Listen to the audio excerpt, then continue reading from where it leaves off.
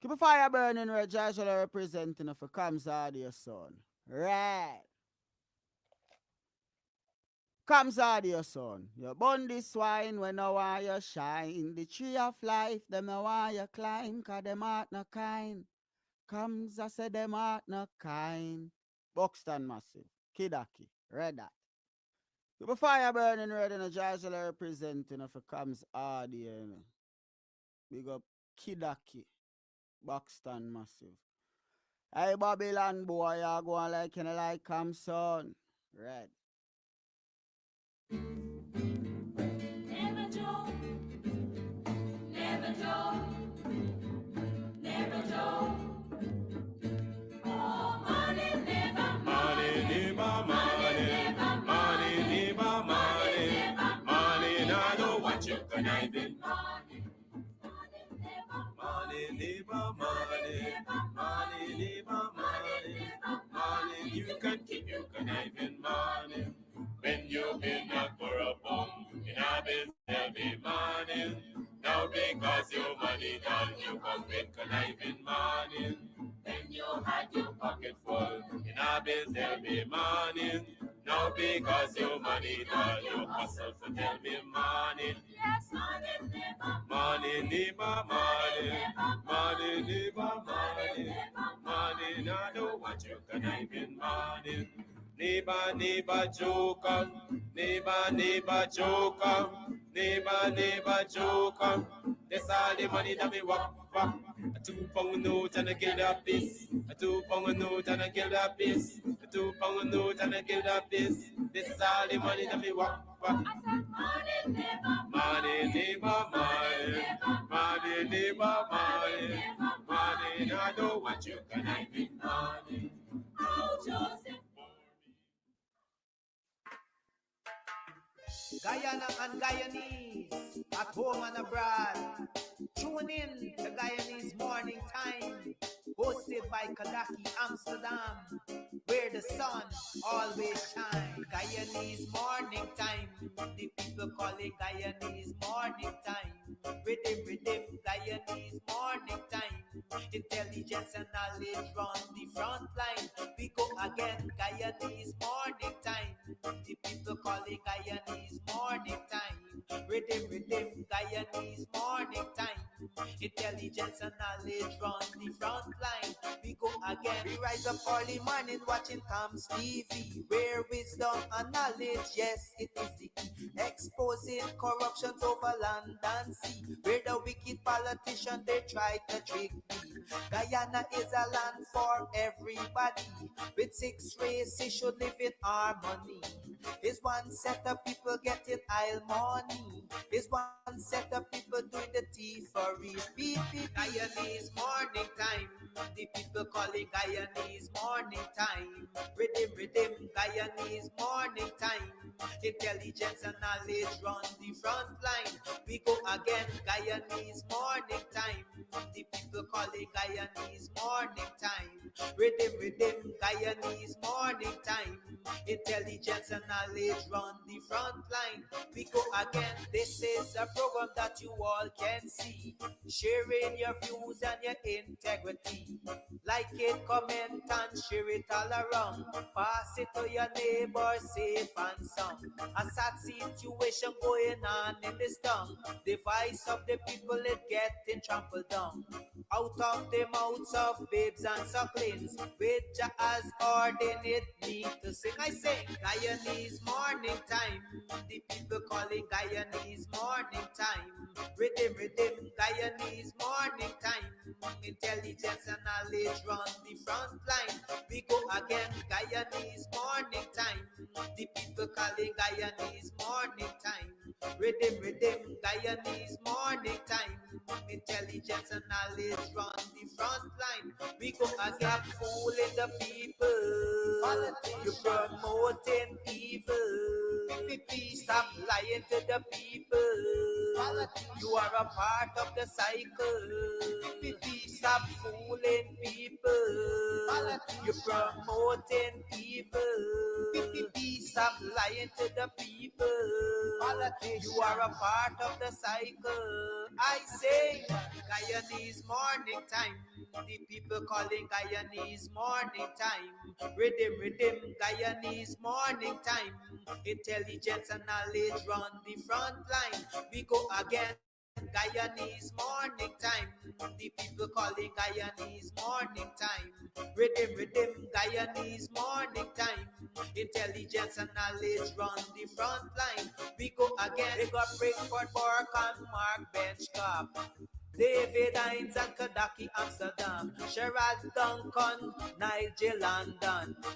Normal Brown and Gavin Matthews. Big up Paslow, Port People Governor.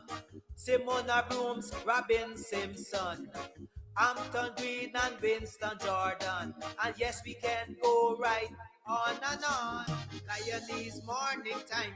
The people calling Guyanese morning time. Rhythm, rhythm, Guyanese morning time. Intelligence and knowledge run the front line. We go again, Guyanese morning time.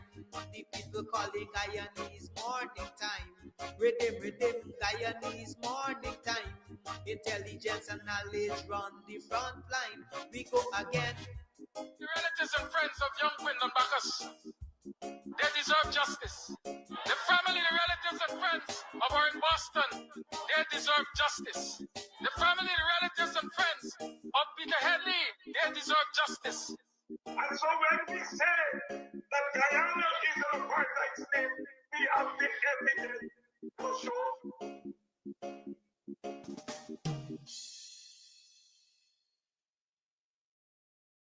All right, so today we are here at Club Twilight up in Buxton, and we are here to talk about all that's going on up here. Trust me, if you are on the East Coast, you're in Buxton, you're in Tongue, you're looking for a place to get away to, this is the place. The Cutters, mwah. Listen, I'll be having some just now again.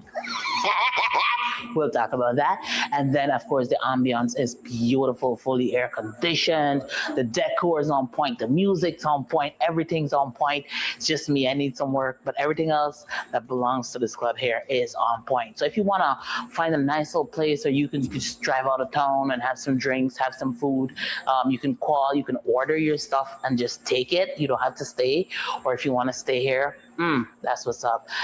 And of course, they have special events for Valentine's. You can rent a hall. You can rent a hall, honey. You can rent a hall for weddings, for birthday parties, to have a bash. I hope he edits that out.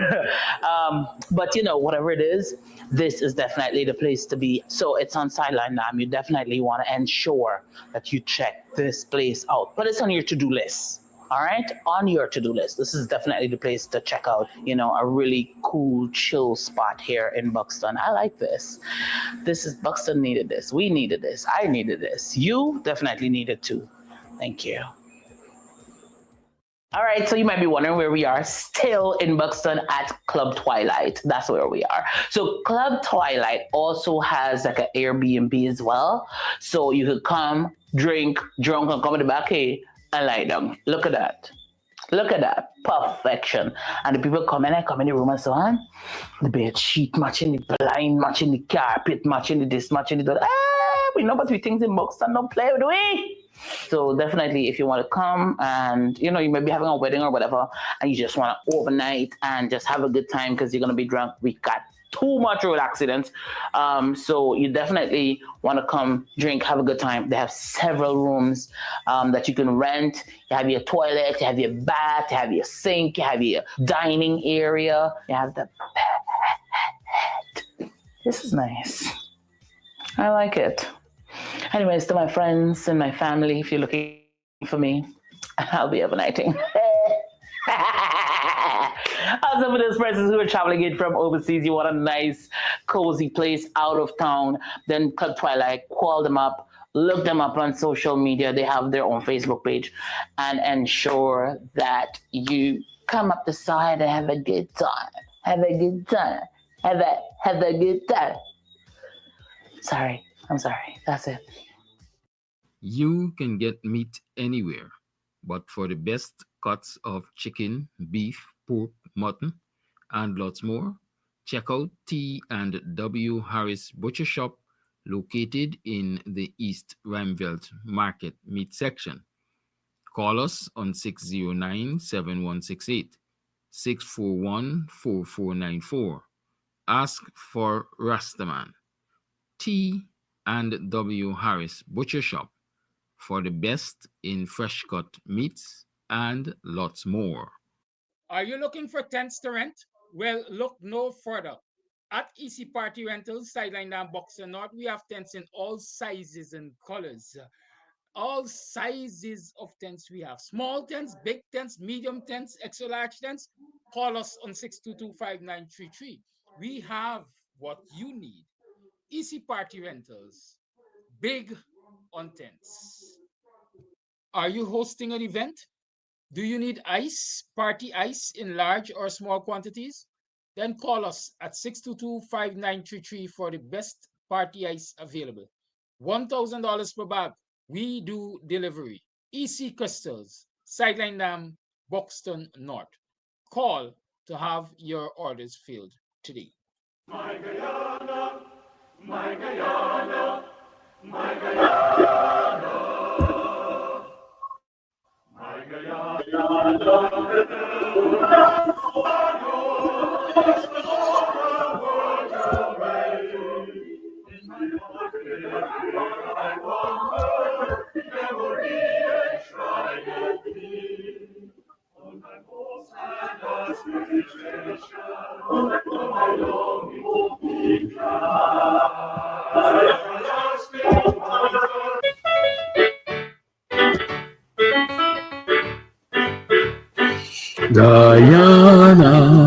I want to serve my country, Guyana, beautiful, happy, and free.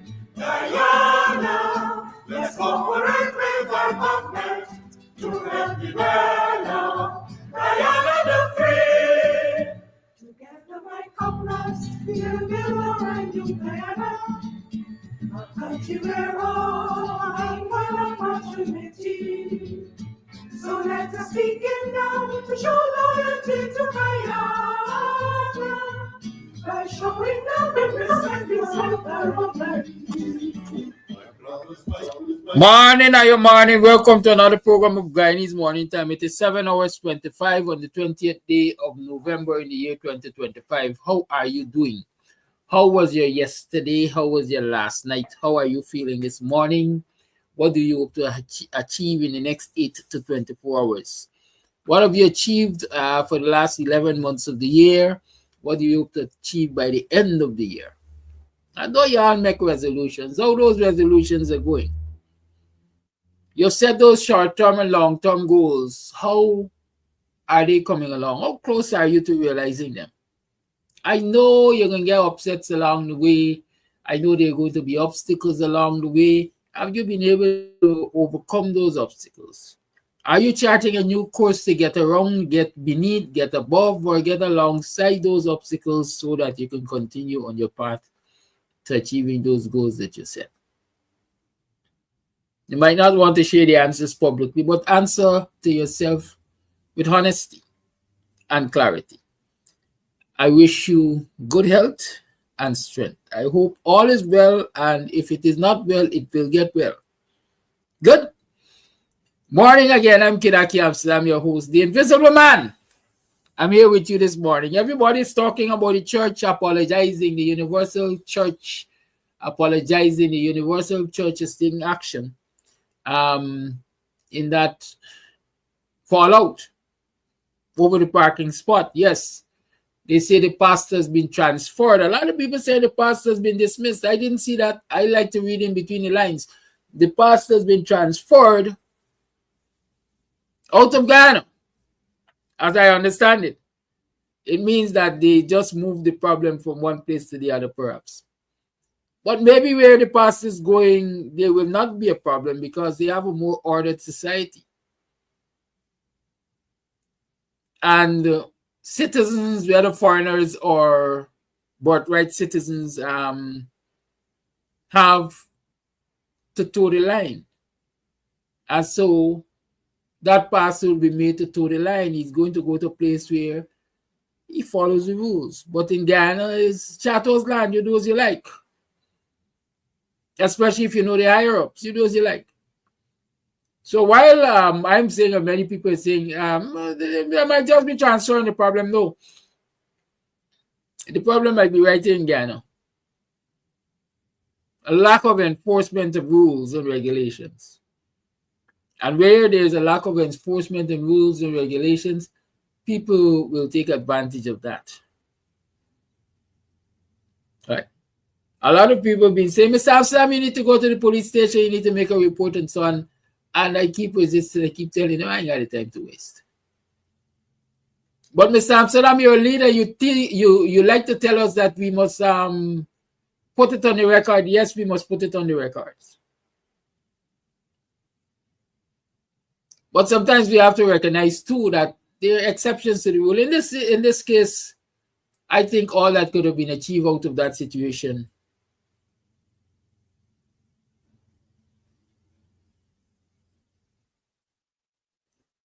All that could be achieved in that situation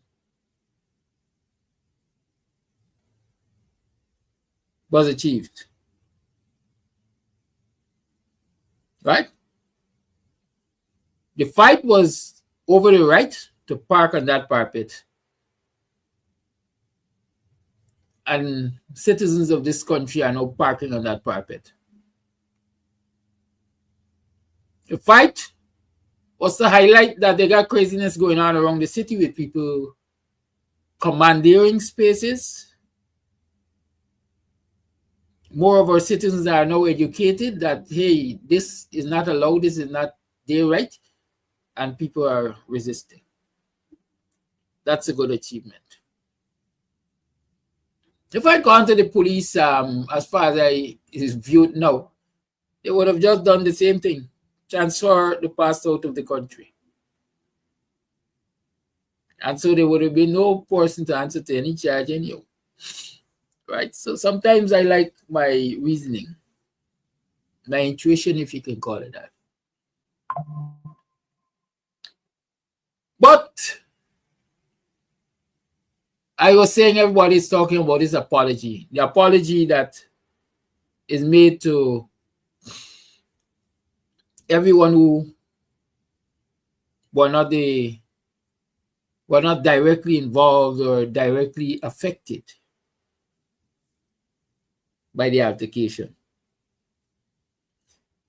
The church apologized to the president, vice president, prime minister, whoever else. But none of those persons had a cutlass pulled on them. None of those persons had people standing behind their vehicle and preventing them from going about their merry business. None of those persons had an irate human being shouting in their faces. None. But those were the people who were directly named in the apology. Y'all read into that whatever you want to read into that. I'm just pointing out the obvious. Right? Do I need an apology? Would it make me any thicker or thinner? No. It wouldn't. It wouldn't make a difference in my life. But I pointed out to basically I lied to you.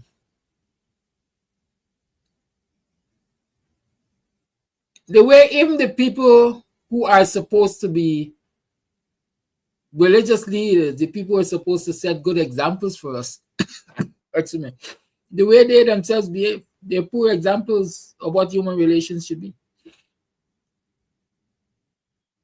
I came out of that situation, a patting myself on the shoulder after all of you have given me pats. Smell like a rose. I displayed more Christianity or Christian-like behavior than the man who preaches every day about God, religion, prosperity, whatever they preach about.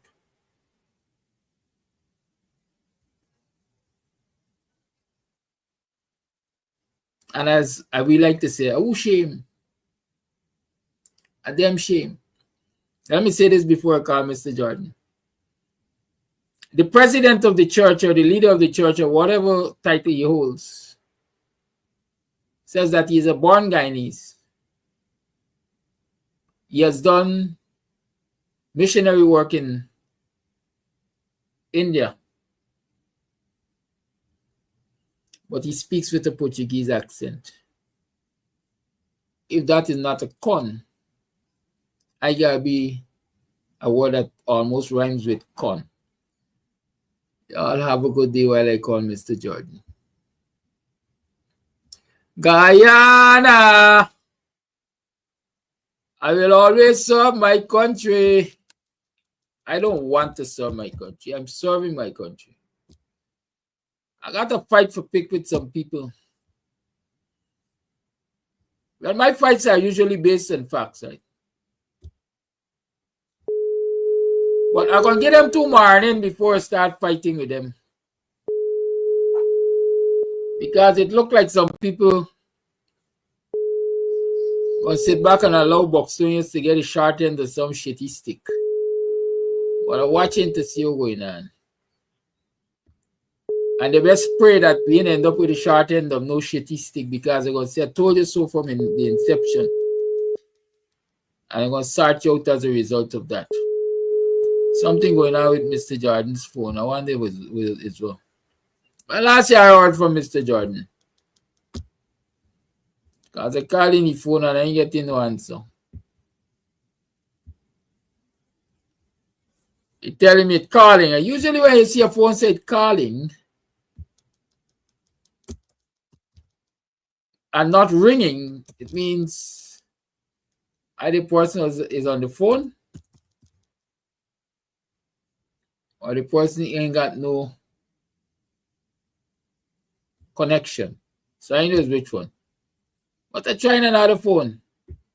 You know them big shadows get 2 and 3 and 4 phones and so.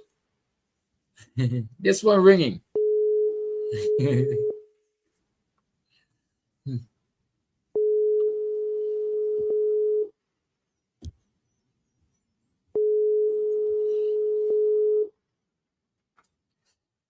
All right. Mr. George is in no contact this morning, at least so far. Oh, they might wake up. Mr. Jordan, good morning. Kidaki, good morning. You calling this phone is so this phone only works with Wi-Fi. So if the light goes, then everything will go. I'm not sure. Well, I was calling the other phone, but you didn't answer, so I revert to this one. No, the other phone never rang. Never rang. All right, well, I'm gonna call it back. Call it back and see. Good.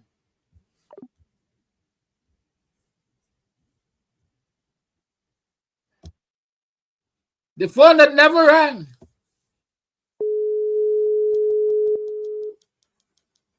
It's ringing now. Yes, sir. Good morning to you once again. How you do? Okay, now. Not too bad, not too bad. That's what you have to do, you know. You have to always try until you succeed. You know? Yeah. You did it one time and you had hoped to succeed, but now you do it 2 times and now you succeed. That's what I'm saying. I have to go wrong it and then come back to it. You recognize that? Yes, exactly. That's sometimes you got to go wrong and come back. You know? You got to do that. Anyway. All is well that ends well. Yeah. Yes. We're happy and thankful for another Thursday. You know, as I said, many didn't make it, and to the extent that we did, then we always have to be thankful for that. Very well, we got to pull a breath. Yes, man. You know, you got to be thankful that you are still alive, that the cutlass wielding pastor didn't seek to use it on a defenseless person. You know? So you got to be thankful that the good Lord was watching over you. And the pastor came to his senses. You know, I saw the name of the pastor, Dulichan. Is he the same Dulichan that was the pastor that went to the police something that they had, and then there was a problem? Good question. I pray against corruption and so they kick you out. Right. You know, because I wonder. the name is not a popular name, you know. How many people named Bulichan or whatever the case? But anyhow, um, I agree with you that the pastor apologized to everybody else except the person who was wronged, insulted, and everything else. I'm not sure. I'm not sure where that is leading to. I happen to echo it. See if it gets. Okay, I'll get rid of that soon. Mhm. Yeah, and I thought that was a deliberate something also for pastor to be apologizing to the president, vice president, prime minister, and all ministers. He never even apologized to the opposition people. So where is all this going? You know, a simple apology, especially to the person who was involved and who was wronged, would have sufficed. I don't apologize to all these different people and so on. It sends a very funny message, and also is a dangerous conflating of state and church. You know, going into areas that you weren't even troubled. Apologize to the president, apologize to the vice president, apologize to the prime minister, apologize and the person who was wronged, insulted, and everything else. His name was never mentioned. But anyway, man, we could take the apology for your time and continue Well, you could take it. It really doesn't matter to me. But the racist in me is telling me that I wasn't apologized to because I black. Well, no, look, no. You see, I had that same Why discussion must yesterday. why must me, a high-ranking East Indian or Indo-Guyanese, whatever you want to call yourself, apologize to that little black boy from Buxton? Yeah, I had that discussion with a well-known person yesterday, and we came to that conclusion. It's amazing. I mean, a lot of people doing things in the name of the church, and so on, but seem not to have read the Bible, read the teachings of Jesus, and so on. It's crazy that, as I said, you could apologize to everybody else except the person who was wrong. Just make a general apology if you wanted that. But when you start calling names of people who are never even involved, never even involved, probably don't even know what they're talking about. You apologize to all these people except the person who was wrong, insulted, and everything else.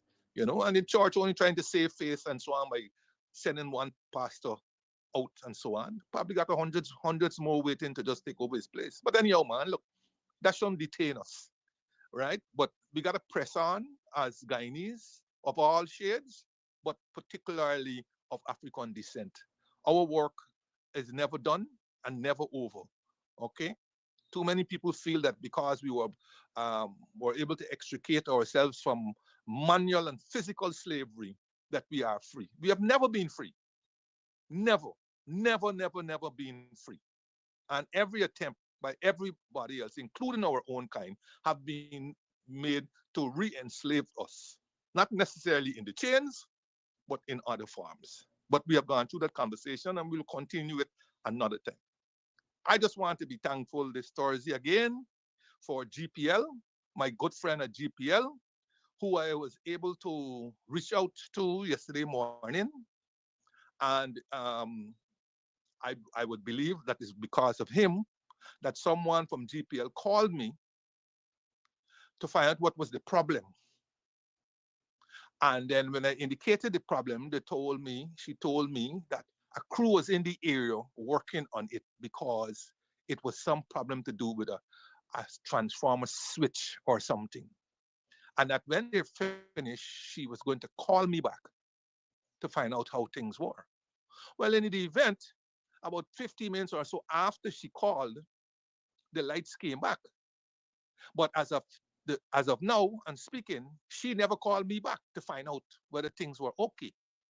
You know, and it is the state of things in this country. Not today, but we don't seem to be learning. More money, less manners, less service, less quality service. Can you imagine? From since 11:30 when that light went out, people have been calling GPL last night before last, calling GPL. If the lights had gone out in New Market Street at the President, they would have torn up immediately. Or some other big shot, they would have torn up immediately. But us poor folks, we don't count. 11:30, lights back around 9:30 yesterday. How many hours is that? Huh? 10 hours of blackout. We got to endure because a switch, a simple thing like a switch that took them about 15 minutes to rectify. We got to wait 10 hours, endure 10 hours of blackout. But people don't understand. A generator is already an annoying thing. And by the way, I got a generator. But a generator is an annoying thing. And when several people start running their generators in the middle of the night, how do you sleep? How do you sleep? And everybody done put up. I refuse to put on generator in the night because I got things for my neighbors. I don't put it on in the night. But other people are not the same. Some got generators that are automatic. They kick in immediately when the blackout comes. Some others go downstairs and open the door, and who knows, a predator outside or a snake or something. You got to go and turn on generator. And when the lights come back, you got to turn it on and so on. No, I don't. I don't have automatic. And I ain't going out there and turn on no generator for what? To do what? I grew up sleeping with lamp. Whether it was at Good Intent or in Station Street, Kitty, or in Princess Street, where we were at one time, or or Durban Street, or whatever. I grew up sleeping with a lamp.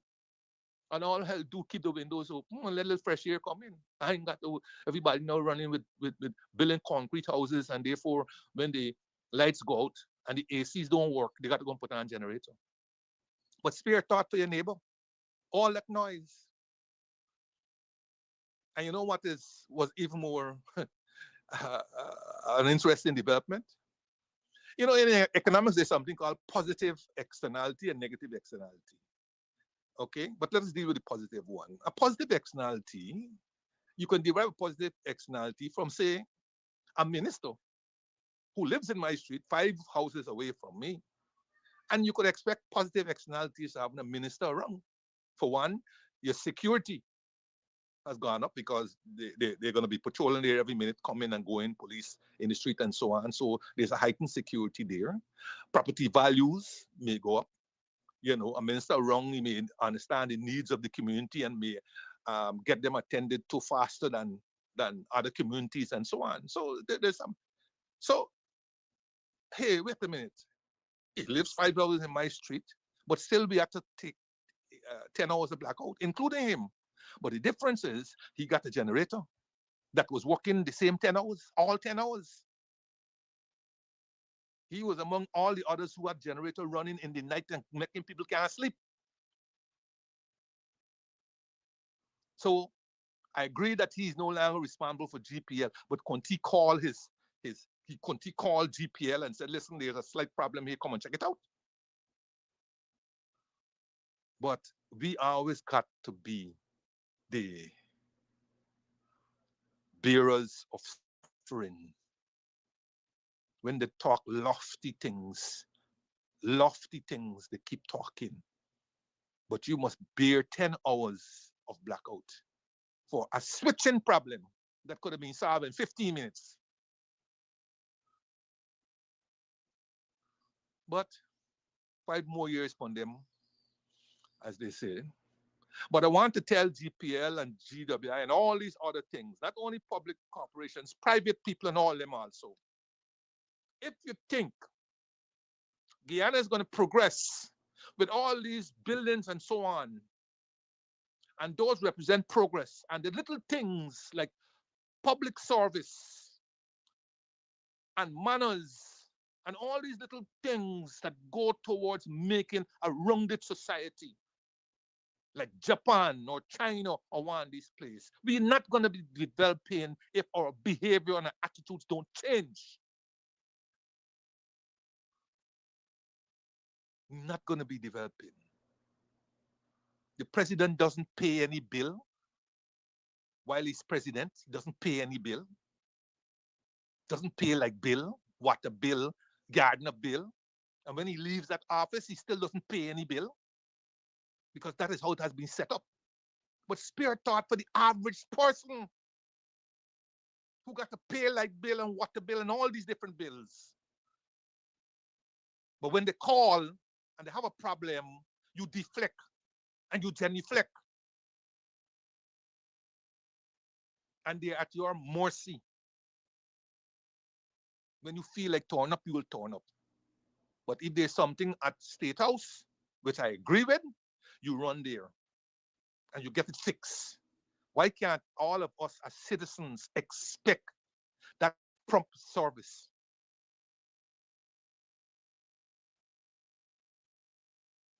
When are we going to get like other societies, like the Japans, the Singapores, the Chinas, and so on? Even Jamaica. I had the privilege of assisting my wife, I think it's early this week or late last week, with our online application for her new passport, Jamaican passport. And an issue came up when we reached to the end in terms of the payment. And she sat here and called Jamaica and promptly they answered. And I had the benefit of listening to the conversation, very polite, very courteous. She's in Guyana calling Jamaica that has just gone through the ravages of Melissa. And here were these bright, cheery people speaking in their nice sing-song way. And she spent over 15 minutes on that phone with those people trying to rectify the problem.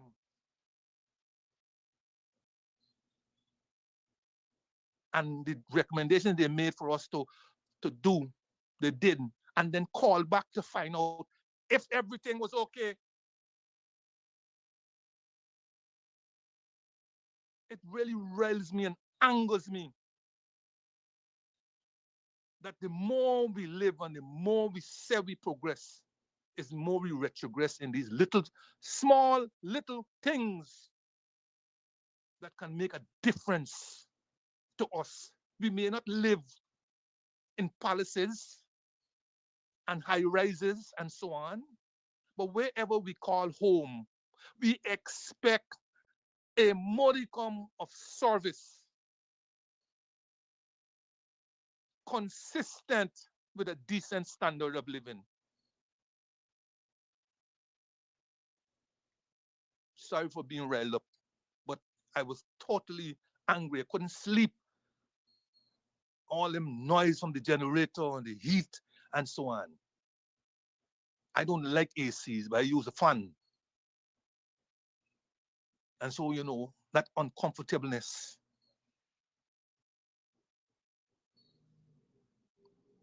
You have to bear for 10 hours because of a switch. Not a post fall down or any such thing.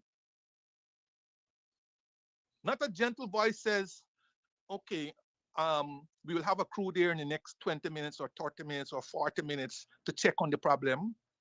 Okay, we check our internal systems here and we recognize what is the problem. It's a problem that can be easily solved. We'll get a crew down there. Or listen, it's a major problem. We will not be able to solve it now, but for slight, we will be there. Nothing.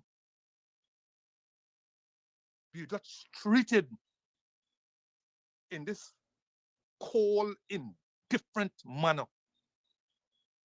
And it doesn't seem as if how many training and how many courses and how many public relations and sending them to Mexico and Trinidad and all of these different things, it doesn't get reflected in the post-training seminar behavior, or it doesn't get reflected for a long time.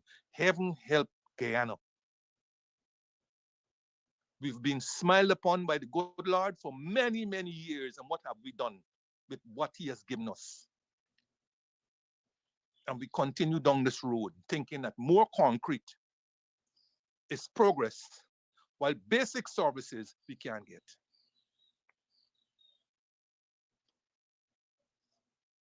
But anyway, I'm thankful again for Thursday, thankful Thursday. And I'm thankful for Courts, that major department store with its headquarters in Main Street. I'm thankful for Courts for inviting me to the Courts Main Street Light Up, Christmas Light Up, last week, Friday. For me, it was a kind gesture, which I applaud, but which I also would like to indicate to them that I would have been happier were it also extended to current members or a few of the current members of parliament, especially of the opposition. Because it was interesting that they sought to invite me, you know, an ex-politician. I don't know in what capacity. Had to be known probably in the ex capacity, ex as a ex minister of finance and so on. But it would have been if you were going to go down that road, it might have been useful also to include a couple of opposition MPs and so on to help with the celebration and the light up and so on. I also would like to acknowledge Minister Rodriguez, who was in attendance and who, in her introductory remarks at the Light Up, acknowledged my presence. Again, it was a kind gesture, which I don't feel many others would have done. So I give her kudos and props for acknowledging my presence there. You know, I'm happy that I accepted what was a last minute invitation,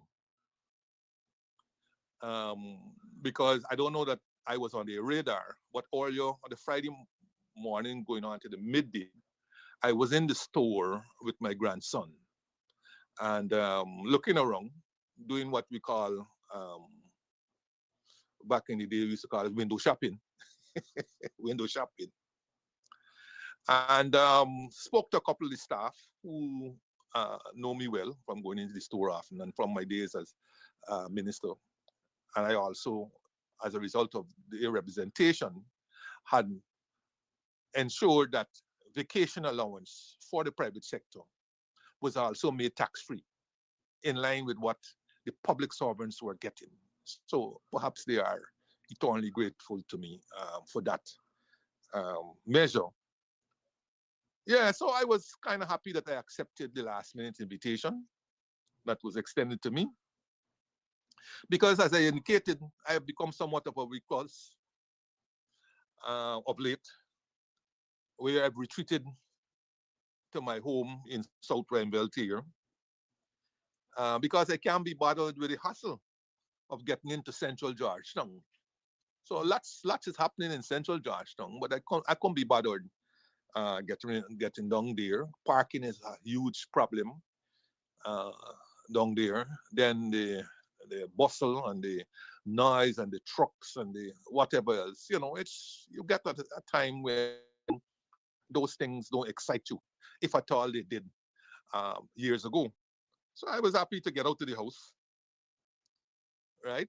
I was happy to get out of the house. The court's invitation took me away from my familiar setting at home to the bright lights of Central Georgetown. Well, that being said, my mm, my expectations about the event, um, high as they were, didn't come true.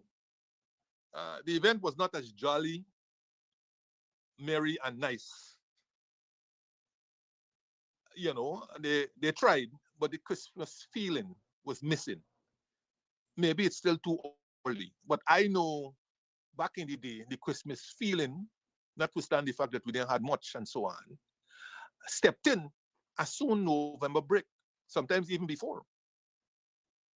And notwithstanding Bonham at one time didn't want carols to be played before December the 15th, it didn't stop the Christmas feeling, you know, the putting away of the house, the rolling up of the carpet, the polishing of the Barbie's chairs, the waxing, the washing down, they hunt for new linoleum. We call it carpet these days, but back in those days, linoleum,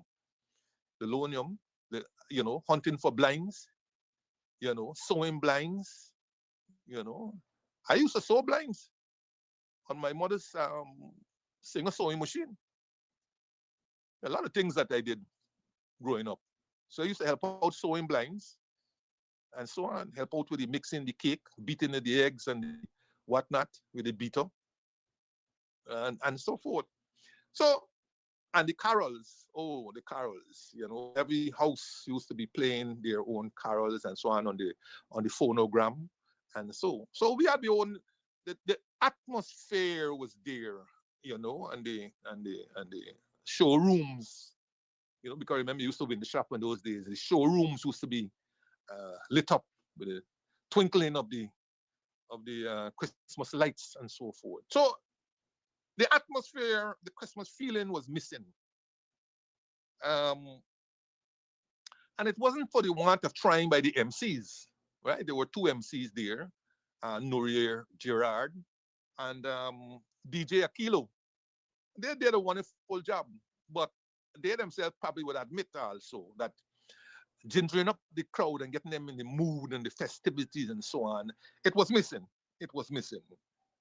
And it wasn't, the energy wasn't there.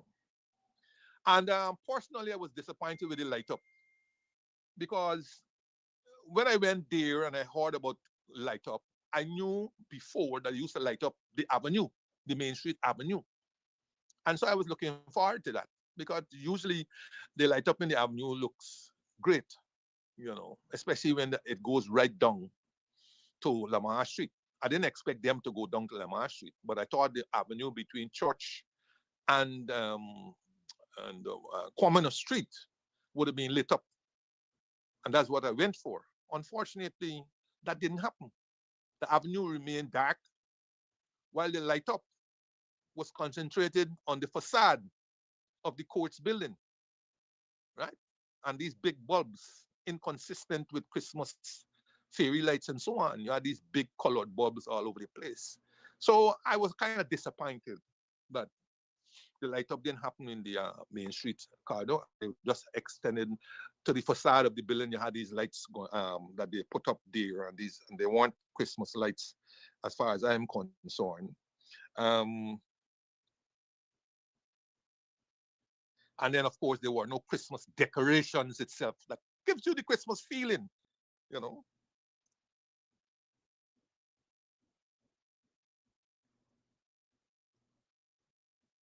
And so I left almost to the end. And coming out, I spoke, often off the cuff with one, two, the people in the avenue and so on. And I looked at their faces. They themselves didn't look too expectant. They they didn't look look too expectant, you know. And in a country that is burgeoning with oil dollars, even now the atmosphere is probably on Christmas like. The other thing I was disappointed was that more people did not attend the light up. Normally that avenue will be filled with people and so on. It was quite, avenue was quite sparse in terms of the attendance.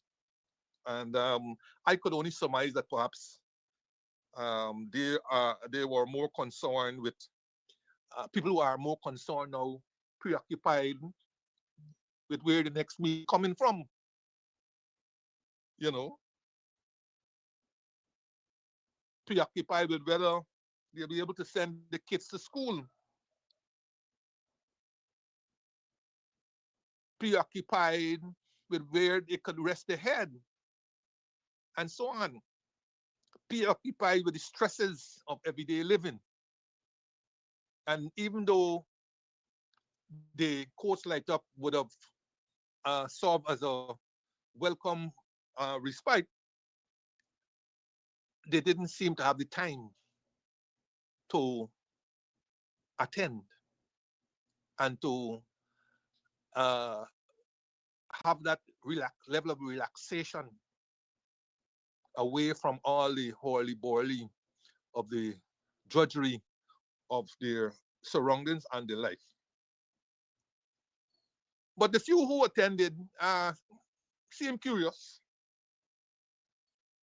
Several of them, of course, were hoping to be lucky to get any giveaways, if any were given, whether they be drinks, food, or even Christmas presents that's from Santa Claus, especially the children. I didn't stick around to find out whether Santa arrived, right? Years gone by, they used to have this lovely Santa and his elves arriving and so on that preceded the courts light up. Nothing like that was around by the time I left. So it was it's a very low key event. It's a very low key event. And by 8 o'clock I was back in my house. But as I said, I was happy to be out and being among the festivity. Thanks again to Coach for inviting me. Like I said, though, if you're gonna do it again, let us go back on a grand scale. How can I be here and looking forward to the Rockefeller light up? I think it's on December the 2nd. It's a grand occasion. When we do these things, let us do it grand. Let us do it grand. It's a once a year story, and so let us do it grand if we must do it. Let us do it grand. You know, uh, I sit and I looking forward to the light up in Rockefeller Center because it's a grand occasion. You know, Coach didn't even have a Christmas tree that you could at least pop a little light up, and they're a major departmental store in this country. So, having said all of that, thanks. Thanks for the invitation and the little away from my usual homestead. After Walter Rodney died, met his untimely death,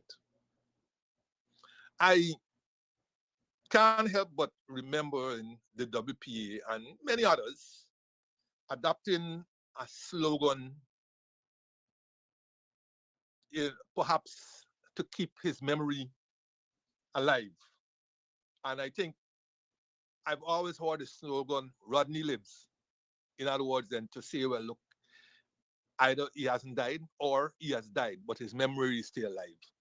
So I always would hear that refrain, Rodney lives, and so on. And so why am I recalling it? Because I want to slip it a little bit from Rodney lives to Bonham lives. Bonham lives. And so I'm going to concentrate for the next half an hour and so on Bonham lives. And why am I doing that? Because increasingly the PPP government is adopting, snatching, plagiarizing, and everything of this man's ideas, his policies, his projects, his programs, and putting them out there as if these things were original, as if they were PPP things, doing so without a modicum of acknowledgement of where these ideas came from. It is okay to denigrate this man and his memory for them, but they see nothing wrong in stealing his ideas, his grand ideas, his ideas whose time had not arrived at the time when he was propagating them or when he was trying to implement them. He was way before his time.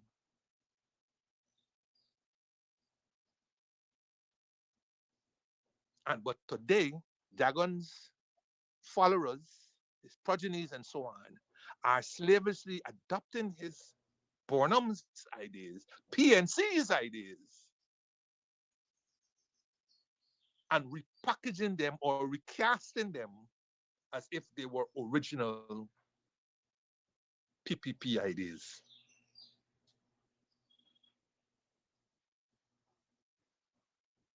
And I'm going to only use a few broad instances to show where recently this repackaging and recasting and all kind of thing has taken place.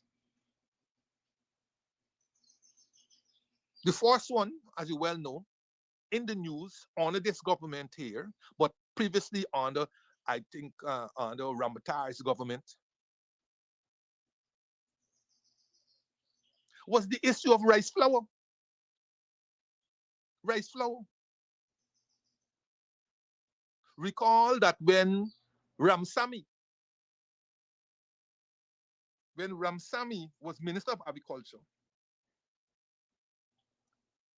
they talked about citing a rice flour factory somewhere, I think it was in Essequibo Coast. And I think that was somewhere around early 2015. Steps were being taken, right? Somewhere around March of 2015 or thereabout. So that would have been Ramatar's government. And Ramsamy was the Minister of Agriculture. The steps were being taken to operationalize a rice flour factory. In the event, nothing happened. And that year, a couple of months afterwards, Ramatar lost the elections. But there's no gainsaying that when Bonham tried to experiment with rice flour during the rough days of the oil crisis, when foreign exchange was short,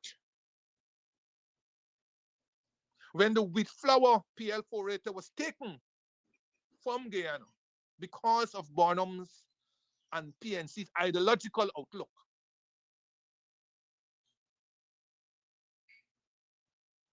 when the FCH program, the 1972 to 76 development plan, feed, clothes, and house ourselves, the Kenneth King plan, the same Kenneth King that the PPP was later to recruit to rewrite the national development strategy that Carter Center had done, and was later to recruit as ambassador, Guyana's ambassador to the European Union in Brussels. The same Kenneth King was in Burnham's government and was the architect of the 1972 to 76 feed, clothes, and house ourselves plan.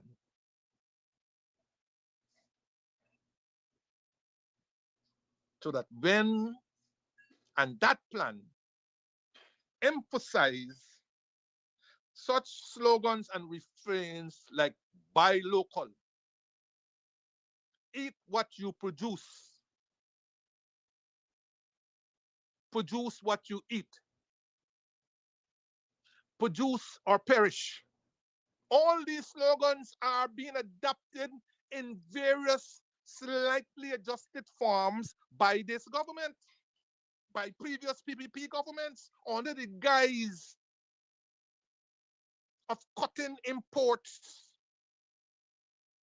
It was to be by the end of this year. Now it's 2030, I think it is, or something.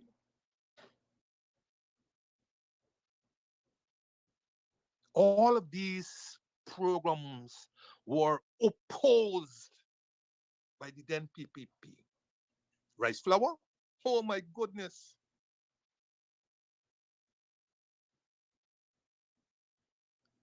They made a meal of it, no pun intended. When it was when wheat flour became scarce in this country due to foreign currency. And we have already gone through that. Nascimento has gone through it. Former Speaker Narayan has gone through it. That Bonham never banned wheat flour. They've gone through the circumstances under which that commodity became short. And that will not detain us in this program.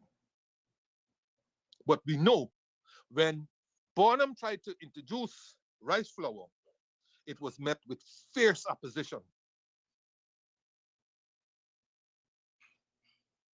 by the PPP, notwithstanding that he was trying to introduce self-sufficiency, was trying to reduce our reliance on imported foods, and in the process, supporting our farmers.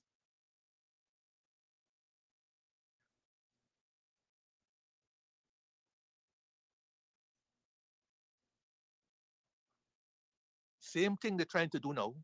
Farmers producing all kinds of whole hope of rice. In fact, Mustafa went out and says we're going to get even more record bumper crop this year. 800 plus thousand tons of rice will be produced by year end. But that's all he could tell you, because they don't know what to do with this rice, this massive bumper crop. They can't sell it, they can't store it. But the government is prepared to give the farmers a subsidy on income, subsidy on prices of $300 per bag for rice that will be dumped because they can't store all of it. They can't use all as feed and they can't sell it. So it will be dumped. Farmers are being paid to dump. But if we had a rice flour by now, with the experimentation and so on, we would have perfected rice flour. And with the coming back of wheat flour on the Desmond Height, we would have been able to blend them.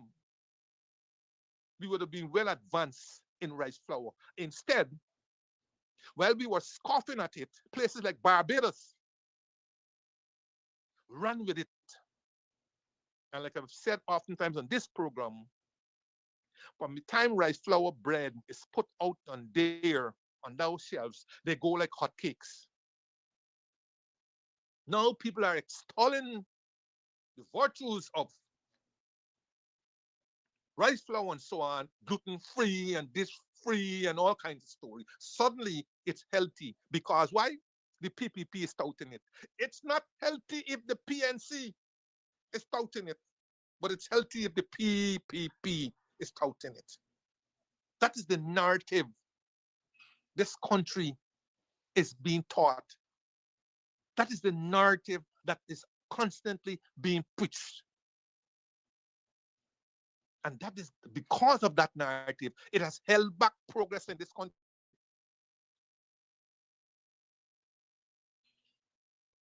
It has held back progress in this country. Now today, you got PPP government, and this same government now is talking about reintroducing rice flour bread and other locally produced foods from rice. More than 4 decades after Morning's death, and more than 5 decades after the idea was forced mooted. Yeah?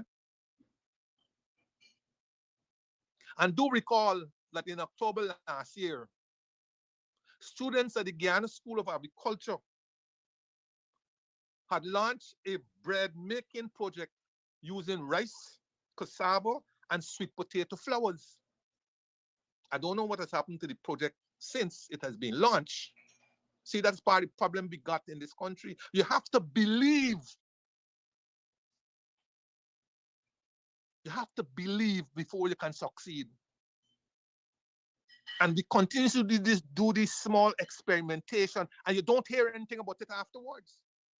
So GSA experimented with rice flour, cassava flour, and sweet potato flours last year. But what has happened to the project? What has been the response? What has been the response? Why haven't we heard anything more about it?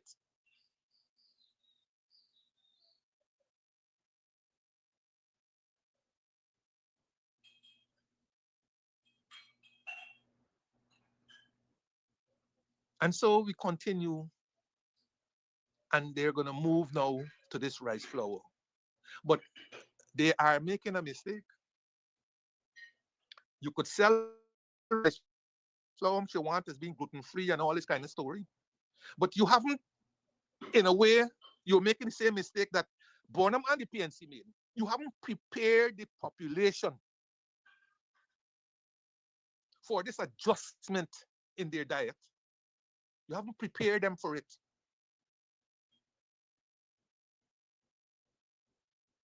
And it may well be that they may reject your project the same way that you caused it. And it won't come from any objection from the PNC or the rest of the opposition. It will come from the fact that you are perhaps making the same error that the PNC made at that time in not preparing the population for this adjustment.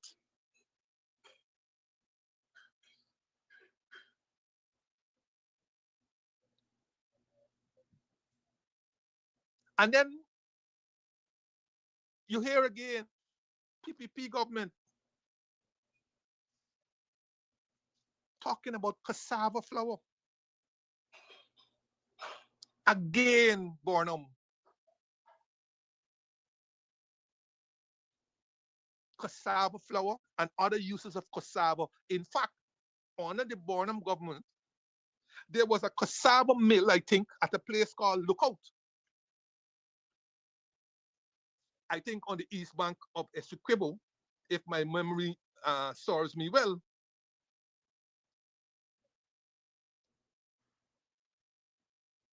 There, a pilot project in Bornum's era was set up to experiment with cassava flowers the same way that rice flowers were being experimented with.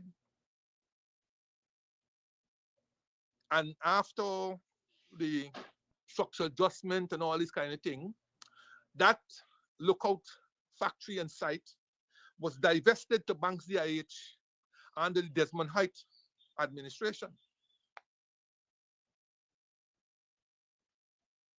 Under the coalition government, in February 2019, a $26 million cassava flour mill for a factory was to be set up at Quibano. Was set up at Quibano, factory and equipment and so on, for which works had started in the previous year. So there's history where this cassava and trying to make it flowers concerned. But today now you hear Ali announcing as if this is a first time thing. And they suddenly found out all the virtues of cassava. Again, gluten free and all this thing. So there was Ali advertising the virtues of cassava flour to the world. Yeah, it was 100% gluten free, no GMO, and so on.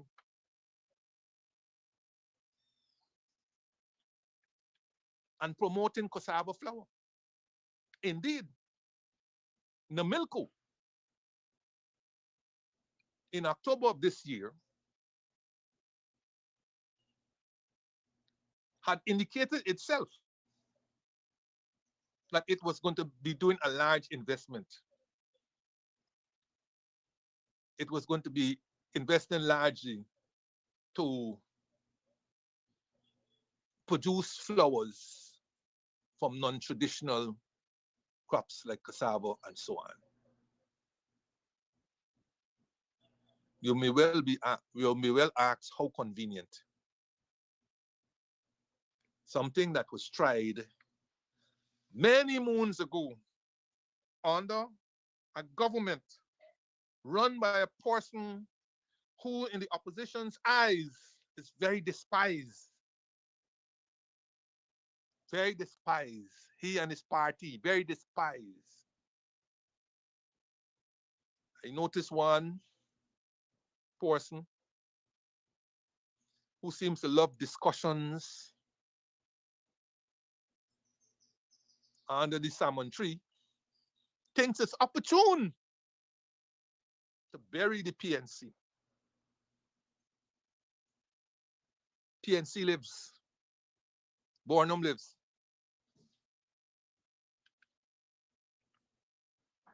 It's not an institution that will die easily, if at all. So how convenient today cassava is being extolled, and I agree. Except that you're trying to give people the impression that these things are new. And again, as I said, the unfortunate thing is that our people, especially this generation, is not educating itself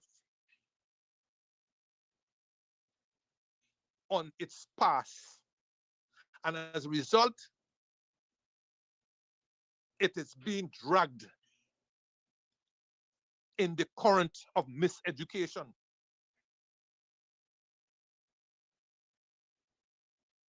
That is what is happening.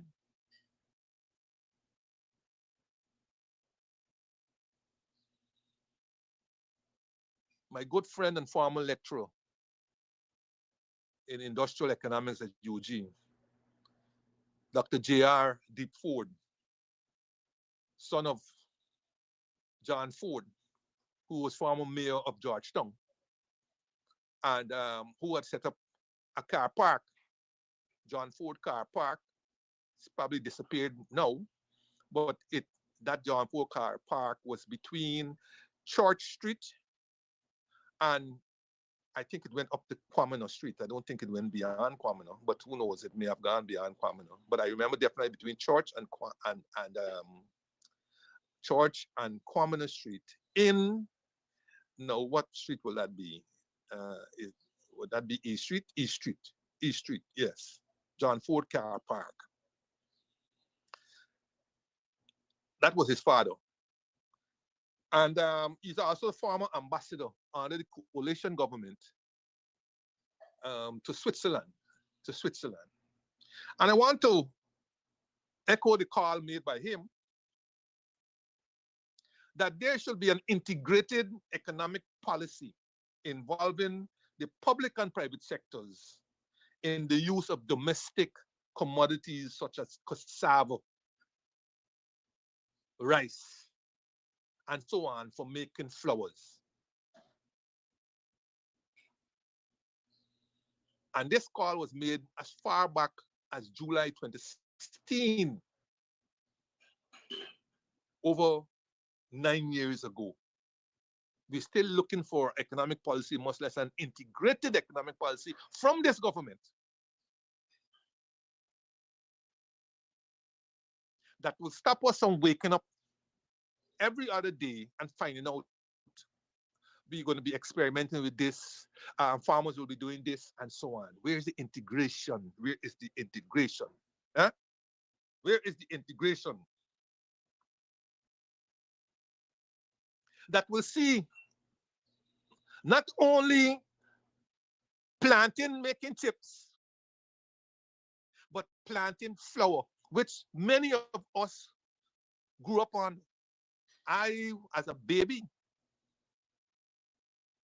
grew up on planting flour porridge. And that planting flour wasn't imported, was made right there You dry the plantain, you get out all the water and so on, and then you grate it or whatever they did with it, and it became a fine flour, and then you make things like a porridge and so on.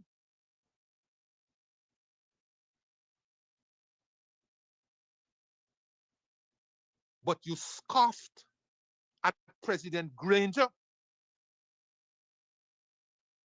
when he talked about plantain chip. You call him the plantain chip man. Every attempt to wean people off of the state and the state's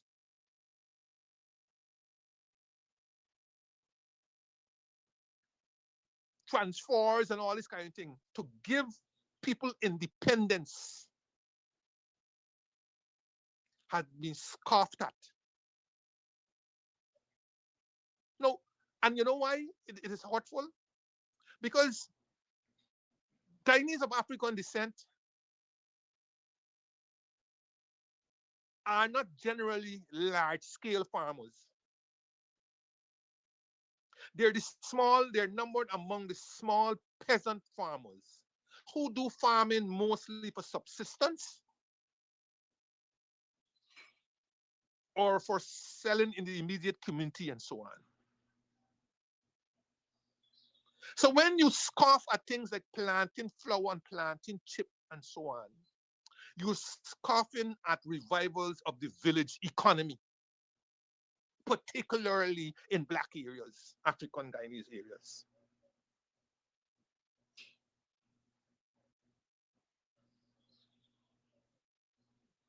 And when the coalition government laid the groundwork for the initiative for the plantain chip factory, the PPP mocked us between 2017 and 2019. But now, but before we came in, the PPP had initiated a $40 million plantain chip factory on Leguan back in 2009. You see what I tell you? It only bad if it's done by PNC or PNC related government. It's good. They, back in 2009, had constructed a $40 million plantain chip factory on Leguan. But like with so many things, PPP, that gets ducked, it remained the factory failed to produce a single plantain chip.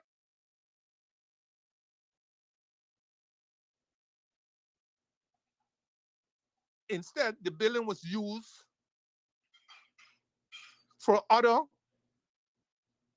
activities, not productive, if you know what I mean. $40 million of taxpayers' money went down the drain, wasted.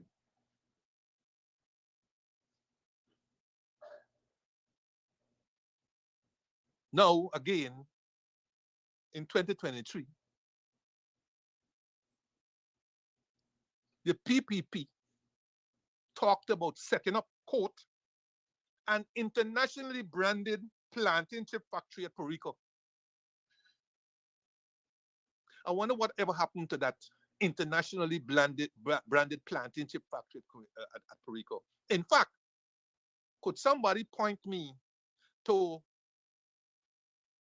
plantain chip that is manufactured in Guyana and that is packaged like the plantain chip Soldano or whatever that seems to flood the market and the supermarket, Soldano, I think its name.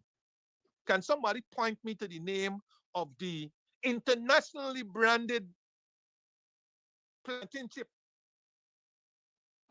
that is supposed to be producing at Perico over 2 years ago? Talk, which is cheap.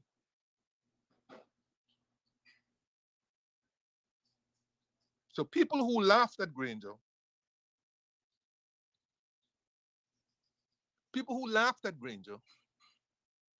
talking about the value of plantain chip, again, while planting chip flooding this country, Soldana all over the place, Soldano, planting chip. In a country that could comfortably produce planting. BG planting, we used to know, remember? One BG planting, full up your pot. We used to export on sloops and so on out of the Puerto Rico area and so on to the Caribbean. We killed those initiatives and now struggling to get them back. And we're hoping to get them back through talk and wasting of money. There's no coordinated, there's no integrated, as John D. Ford had said, there is no integrated economic policy.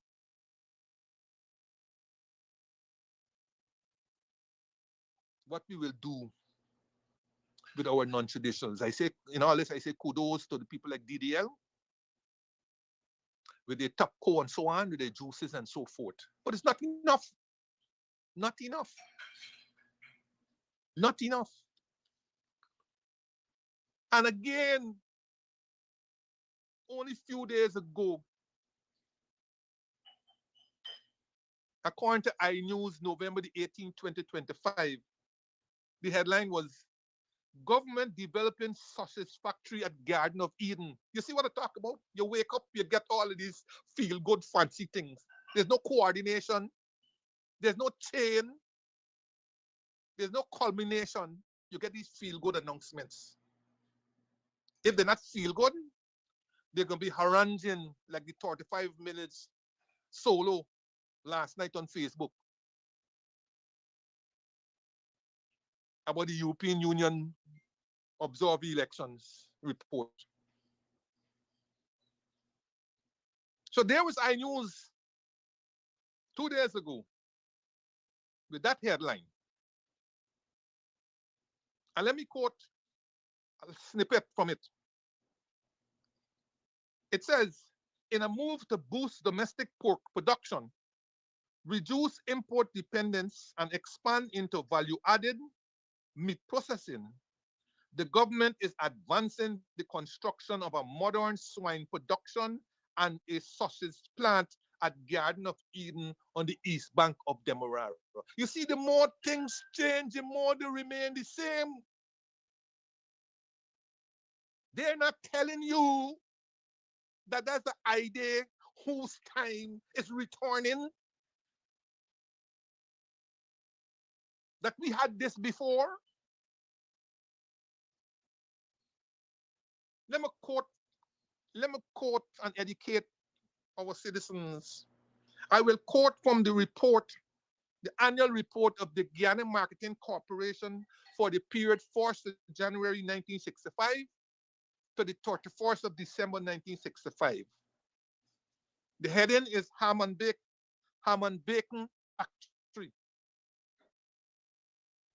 The ham and bacon factory continued to provide an assured market for pig rearers at an average price of 53.1 cents per pound, which was much better than that realized in 1964. Oh boy, look at those days. 53 cents, Guyana cents a pound for pork. Anybody knows what's the price of a pound of pork now? How far we have come? Yes, continuing the report. 1,789 pigs yielded 175,981 pounds at a value of $93,497. Oh boy, those were the days when Guyana money had value. Continuing, production of finished products was as follows. Ham, all types, 12,058 pounds. Bacon, all types, 46,011 pounds. Pork sausage, fresh, 1,771 pounds. And lard, 7,189 pounds. So now we're hearing again that we are going to be setting up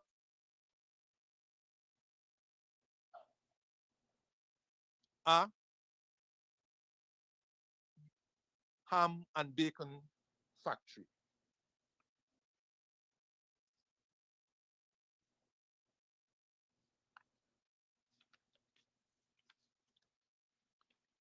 Reinventing the wheel,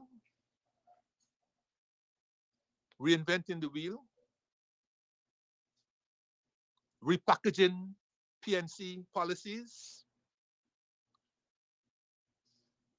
and bring them on like if they're things new. I wish this government, because we're still waiting to hear the throne speech by Ali for his second term to tell us what we could expect for the next 5 years. But so far, we aren't doing very well. Every day you wake up, you get a piece of this, a piece of that. And Guy Expo, Guy Expo, it was held last week between the 13th and 17th, I think.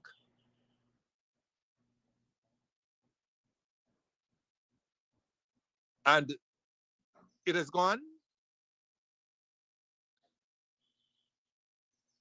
It didn't create much waves. But again, it's an event that has been packaged as if it's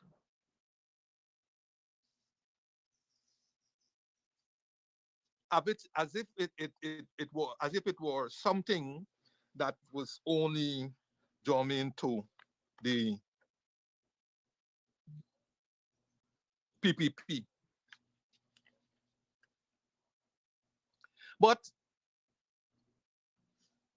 let's first of all remember that, or if you didn't know, that this whole concept of the expo went as far back as 1895, I think, if I remember well, when the first horticultural show was held at an exposition, as an exposition. And then there was another one in 1898 that was held by the, I think it was the Belfield Victoria Group, another horticultural show. So the whole thing about exhibiting Guyanese products and so on is nothing new. It has its antecedents way back then. But the Guy Expo that is being put out today could be credited to the PNC government. The PNC government. Under their government, Guy Expo was Guyane's premier and largest annual trade and investment exposition, which was preceded by an agricultural exhibition, right? Guy Expo in the main was held right where it was today in Sophia. And that whole Sophia was transformed into a village with all those huts and so forth. And there was a part where agriculture, where you saw some of the finest bulls and pigs and whatnot that was out there at the exhibition. Because on the Bornum, agriculture was pride of place. And so at the Guy Expo, a significant part of the Guy Expo had to do with agriculture.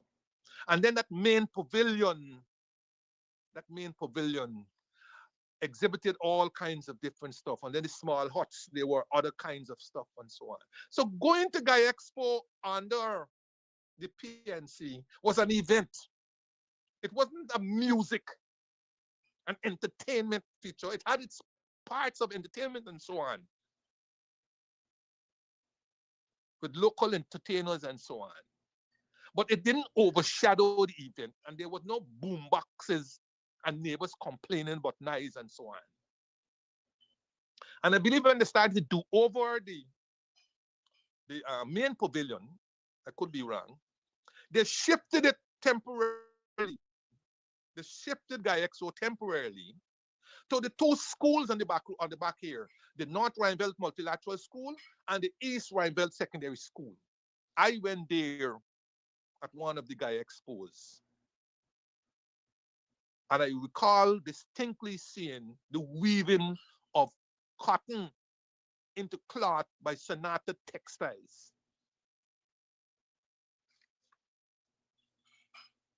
So, Guy Expo as an event under the PNC, it serves as a platform for local manufacturers. And we can come back to that. Local manufacturers, agro processors, service providers, artists, and so on, to showcase their products, their services, talents, and so on to local, regional, and international audiences. I see, Guy, Guy Expo inviting exhibitors from India and all these different places. How that is local? How that is local? And all those things come and overshadow the local exhibitors. Yeah? How that is local? A Chinese come in here, Christmas coming, you bring Chinese flower, you bring all this thing. How that could be at an exhibition where it will compete with our emerging producers, like in the Bonham era, who were able to produce Christmas flowers from crepe paper and all kinds of different things. Knitting was a source of income for the elderly, who then pass it on to their grands and so forth. All of that has gone, replaced by Chinese this, Chinese this, that. And we move from an independence that Bonham was trying to create for us, where we got our income, to a level of dependence.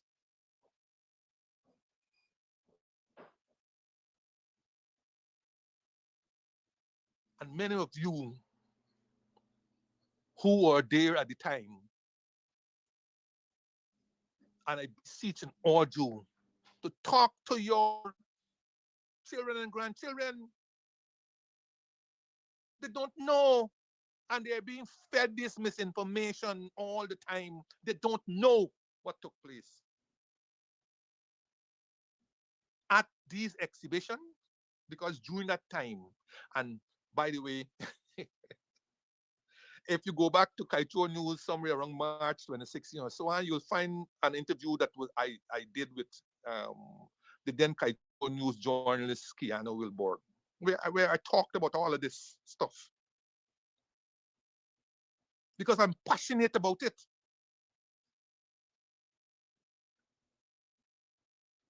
Because during that time when we had Guy Expo, this economy under the PNC produced a wide range of products.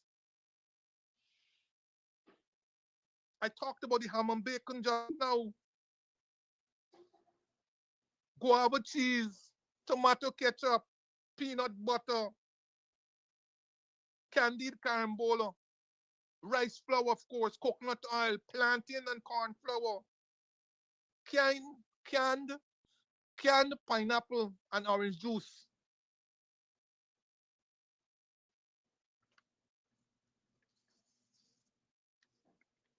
We manufactured on the Bonham Tap here. We had a glass factory, and oh boy, the glass factory was at Yarra-Cabra. Now you're hearing this government talking about establishing glass factory at Wales. Wales, Pegas Soil. You're going to establish a glass factory. Glass uses silica sand, as far as I remember, for which Linden is known. Some of the finest silica sand exists in Linden. But you are going to establish a glass factory at Wales on Pegas Soil.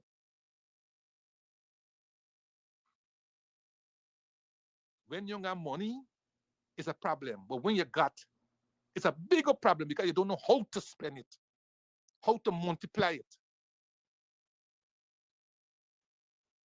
And who remember Ideal stoves and GRL refrigerators, stoves, and so on? If it's one thing Ideal was good at, is to get their stoves and their refrigerators and so on into the Caribbean market. I once walked into a Jamaican store and saw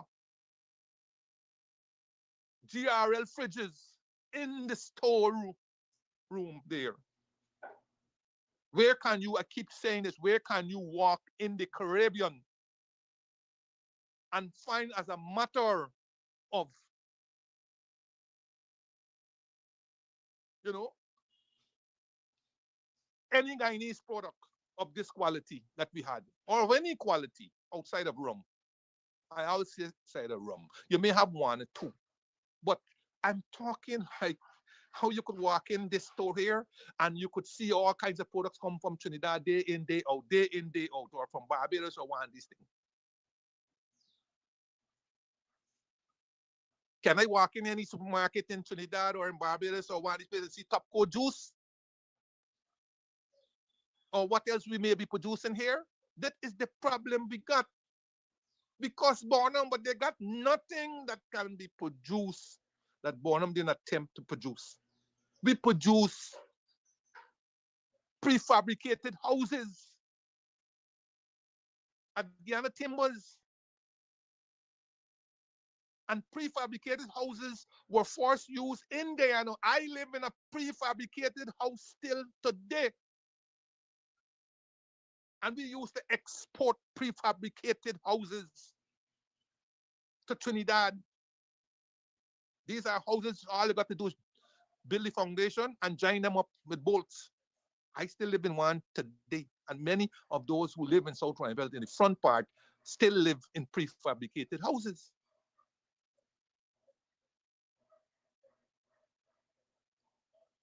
And how about bicycle factory that we had, Kalai bicycle, radio with Greco,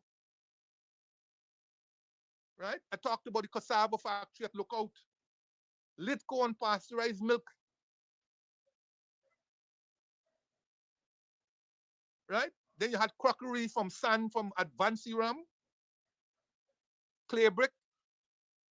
We had, I think, two clay brick factories. One was definitely at Belleau. And those clay brick, we used to sell clay brick in slings to the Caribbean.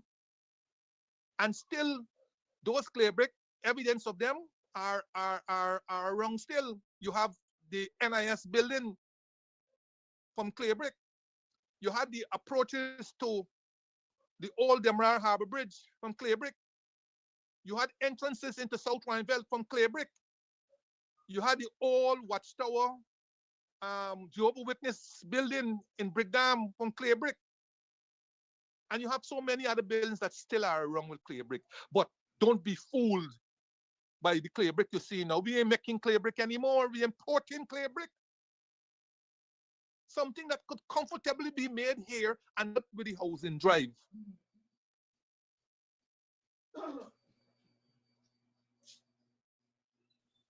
Brass aluminum that used to be doing cast iron foundry and so on did wonderful work, right? We had shipbuilding here, but Sprastons that was nationalized and became GNEC. And then for all the nationalized, privatized to GNIC and so on, used to build ships, big ships.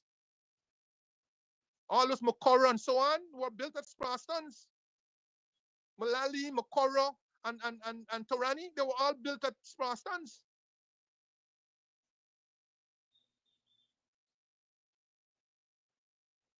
Where is our shipbuilding today?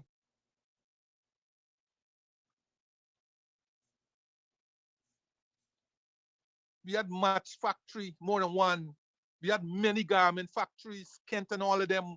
Kent licensed knitwear, all of them. We had garment factories.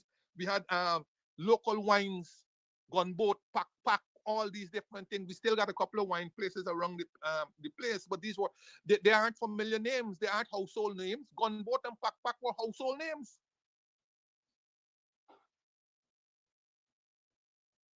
Right? We had toothpaste, black sage. You had a leather tannery. And of course, you had the familiar jams and jellies, mosquito coil, Roma mosquito coil, and all this. Too much to mention. Detergent, foam detergent. It's too much to mention. Too much. We have not risen to that state. And only the good Lord knows. All we do is talking. While we have money, we still talking. We still talking. And we haven't risen to that state again. And we don't know when we are going to rise to that state. You know,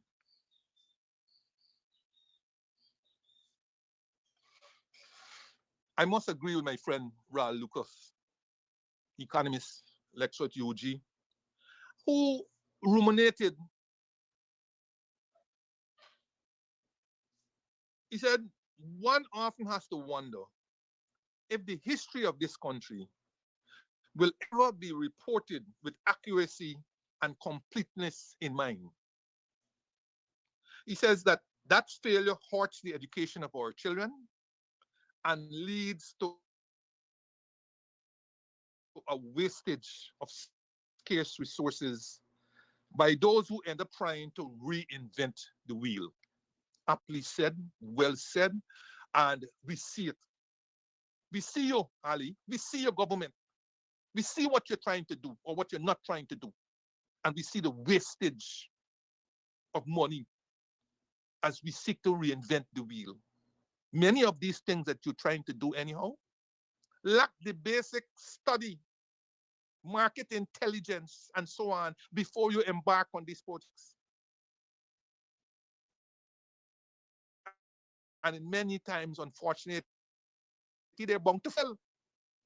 Not because they're not projects worthy of attention, but because you're not doing the basics. You wake up today, you feel, for example, that we can do this and therefore spend money to set up this and so on. They're not doing the market research, you're not doing feasibility study, nothing at all. And so from a little 40 million factory that you had set up on Leguan Island that went nowhere to the massive multi-billion-dollar, we can just be wasting money. And while we're talking about wasting money, another Barnum idea now being reinvented after the PPP shut them down is this business about development bank. We get the impression that this development, we heard an announcement that the government will be establishing a development bank with seed capital of 200 million US dollars. Stop for the moment that we don't know how they came up with this figure of 200 million US, right? We don't know how they came up with this figure of 200 million US and so on. I'll come back to that once time permits. But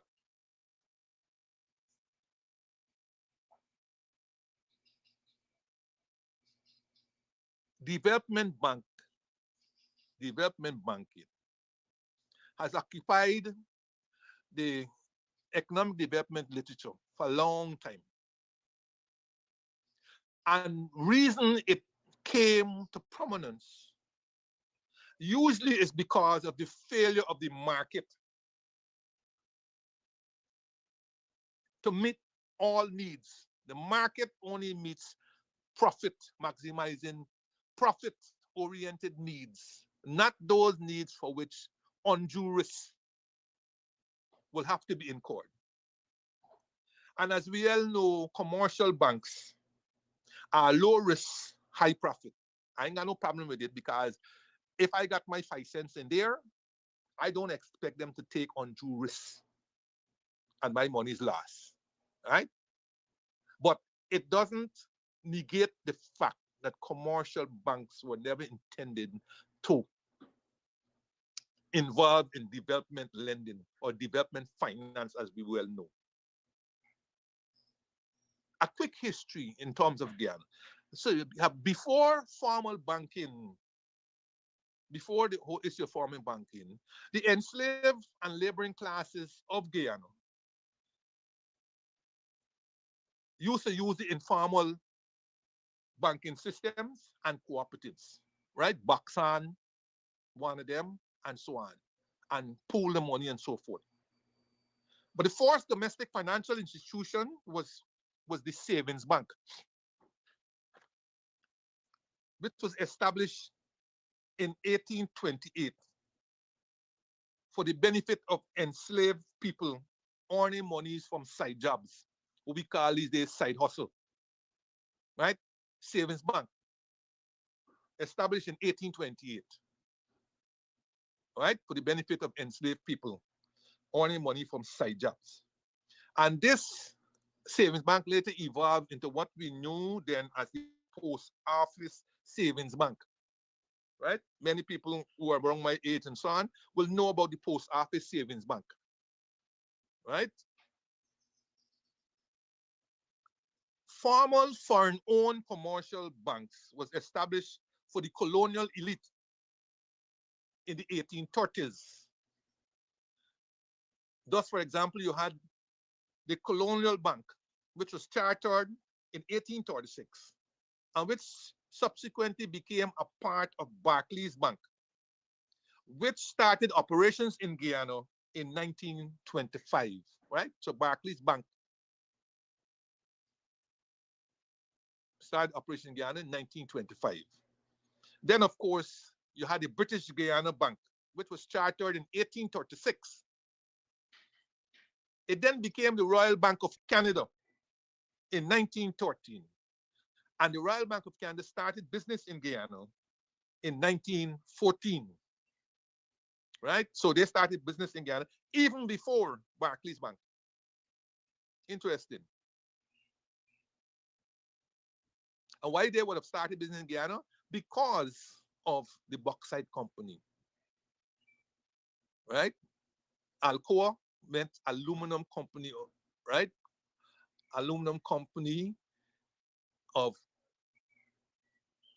aluminum company, and then you have the other one that we had. You had Reynolds, which was USA, came subsequently, right? Thus, by the end of 1966, the two dominant banks, RBC, Republic Bank of Canada, and BB, Barclays Bank, they were operating more than 25 branches in Guyana.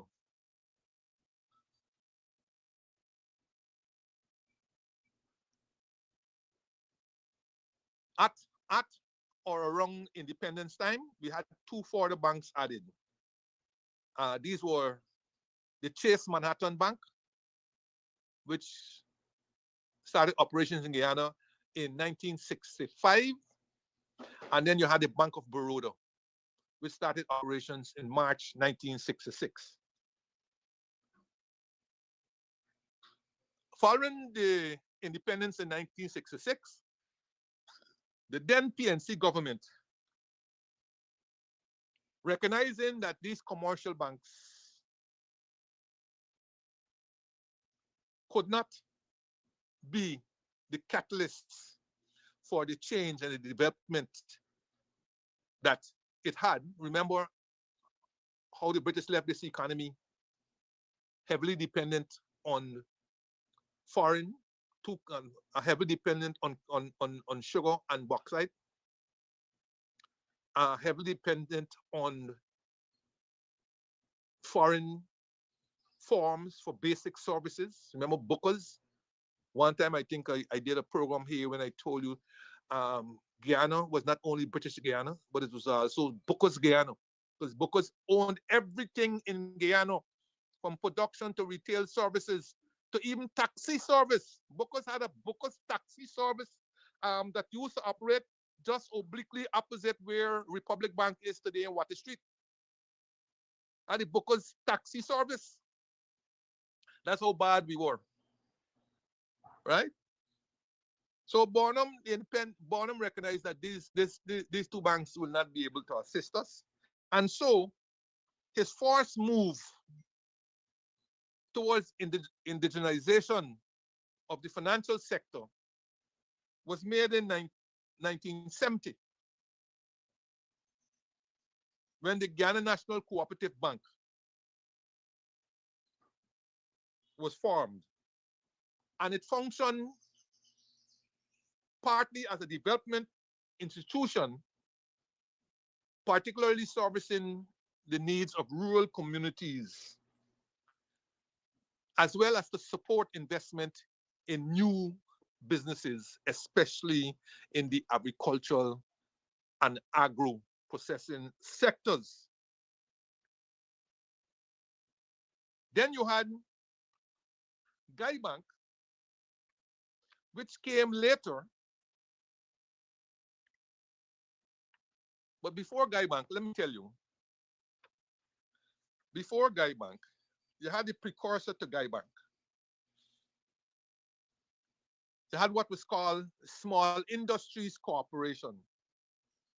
The Small Industries Corporation was established in 1973.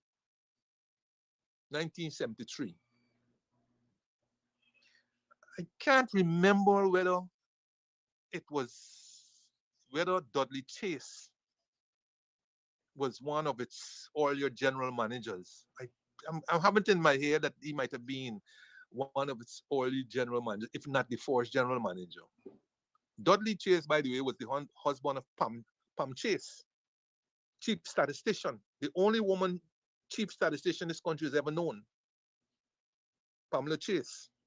That's a bit of history. I tend to do that so that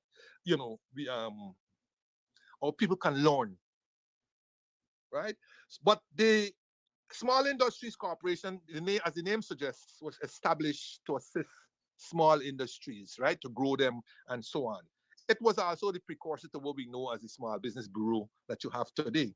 But the small industry was dissolved in 1978. It was dissolved in 1978. The small industries itself was taken over, the Small Industries Corporation itself took over the functions of the Guyana Development Corporation. So you see this whole issue about development banking in Guyana, it has a history and it's gone way back as the Bonham government attempted to establish institutions that look like us for us.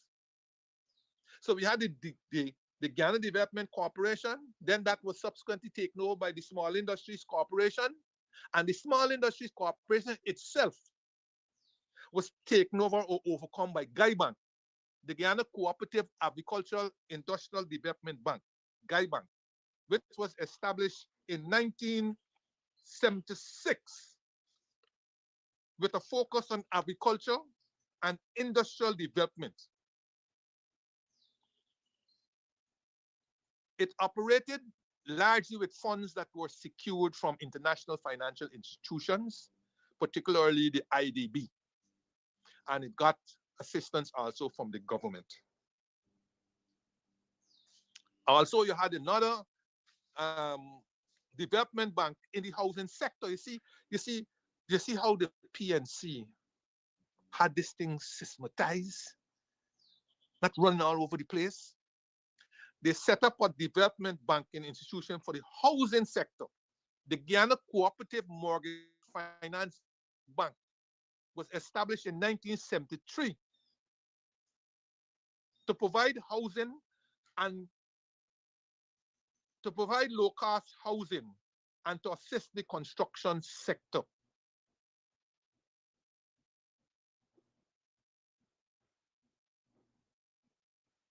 And then also, you had the Guyana National Cooperative Bank Trust Corporation, which was the GNCB Trust was initially a department of GNCB, the trust department of the GNCB. And then it morphed into its own Guyana National Cooperative Bank Trust Corporation in 1977. and it was established to provide a range of trust services as well as mortgage financing at more market rates.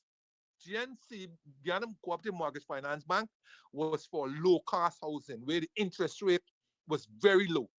But also, there was a cap on how much you could borrow. I think the cap was $25,000 when it was initially set up. And then it rose to $50,000 subsequently, maybe with inflation, devaluation, and so on. But GNCB Trust was anything above $50,000. I must know because my first housing loan for $56,000 back in those days had to be taken from GNCB Trust.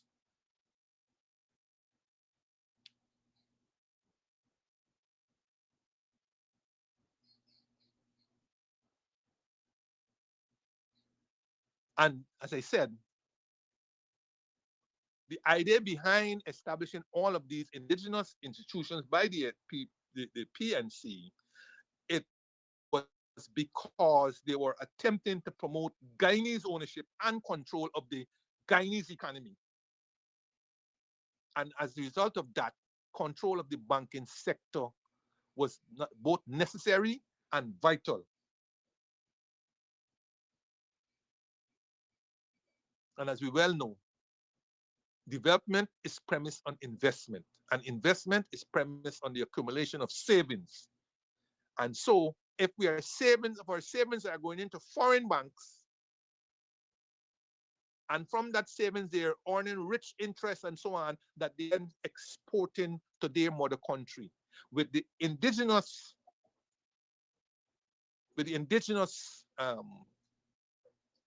banks and financial institutions, it will stay local and it will stay at home. All right.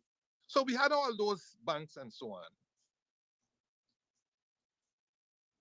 But yet still, by the time the PPP came to power in 1992, post 1992, all of those banks disappeared. Guy Bank was hived off. Part of it was hived off to GNCB at that time. And it had a high bad debt portfolio. Imagine somebody dead now, pay 25,000 US dollars to tell us what we already knew. But anyhow, Guy Bank was dissolved. The Ghana Cooperative Mortgage Finance Bank was also dissolved. All those dissolved in a state of bankruptcy. And as I said, part of it was hived off to, part of the bad debts were hived off to GNCB, part of the portfolio, not the bad debts, but portfolio, the good part of the portfolio of Guy Bank was hived off to GNCB. And the bad part was sent to a company called GCFS, Guyana Cooperative Financial Service. I don't know if it's still in existence, but at one time it exists. It operated out of GNCB Sports Club on Crowell Street, which is now an annex of the Ministry of Finance. When I was there, I was building it as an annex of the Ministry of Finance. I don't know who owns it because I don't see a signboard there now. But one of the problems you're gonna have, well, let's put it clearly. Development banks, a development bank is very important, if only because, as I said before, the failure of markets generally. But development banks are also required to meet certain critical objectives of government, such as creation of employment, saving us foreign currency, saving or earning us foreign currency, helping with the distribution of income among classes, among ethnic groups, and so on, diversification of industry, modernization of the agri sector, development of the small business sector, the encouragement of entrepreneurial activity, and assisting with the development of the capital market. Because by definition, a development bank is a financial intermediary supplying long-term funds to bankable economic development projects and providing related services. Okay? So it's an intermediary because it does not accept deposits, but it lends. Right? In that way, it's different from a commercial bank. A commercial bank accepts deposits and then lends that money for which it gets interest. It pays you a small part and it appropriates the balance. The development bank, on the other hand, gets money from the government and through the government loans from international financial institutions and then lends it for development purposes. So the bank itself takes a risk larger than what the commercial banks will take.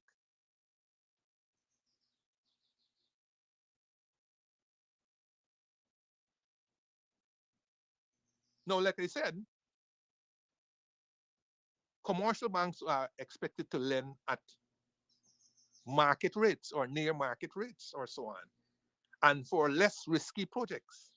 On the other hand, development banks, unfortunately, are come to be known as institutions that will take on great risks.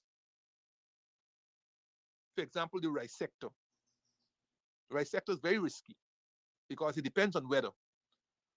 And, you know, uh, farmers will come, borrow money against income to be earned from the crop. If the crop doesn't come in because of rain, pests, dry weather, whatever the case will be, those loans are now problems with the bank. The loans don't disappear, but the bank's loan portfolio now becomes a problem because of the inability of the farmer to repay the money. With the development bank now, development bank is expected to take on that risk. And since they're not paying back anybody, rather than maybe the government, because even when the development bank is distributing loans that they get from foreign institutions, they're really doing it on behalf of the government because they themselves don't go out and get the money from the foreign institutions. It's the government who gets the money and then on lends it to the development bank.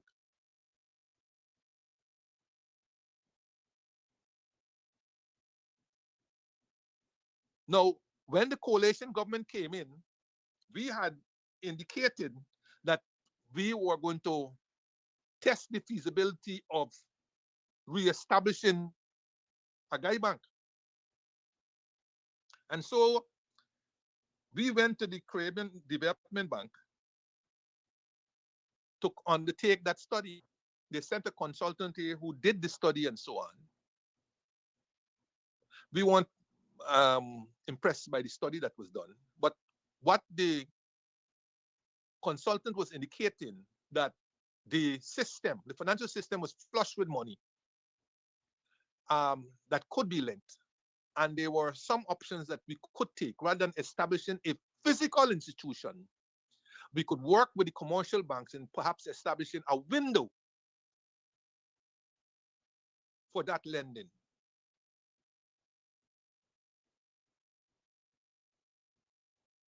Now, last week or the week before, I had indicated to you that Republic Bank and Demerara Bank, in disclosing their profits for 2024-2025, had earned in excess of $8 billion. And while they were expected to pay corporation tax of 40%, based on the taxes, their after-tax income, well, not Demerara Bank, because I didn't get it for Republic Bank. Demerara Bank had an effective tax rate of just about 20%. I think it's 20%. I worked it out as. I don't have figures for it. But considerably less than the 40%. How could this have been? It could have been because the government is working with the commercial bank to suppress the rates that certain sectors should face in their borrowing. And the main one is housing. Every time you hear NBS or one of these other banks lower their housing rates, it's because they have worked out a deal with the government to lower those rates to borrowers. But they get it back from the tax end. It's the height of the distortion of the markets, because obviously everybody will tell you lower rates means bigger borrowing. The question is whether the banks have the funds to supply for that larger borrowing. That's number one. You could also have what you had sometime back in the United States, a housing bubble, where the attractiveness of the lower rates, you attract borrowers who normally would not have been able to borrow the kinds of money that they are borrowing now at these lower rates, and then they can't pay back.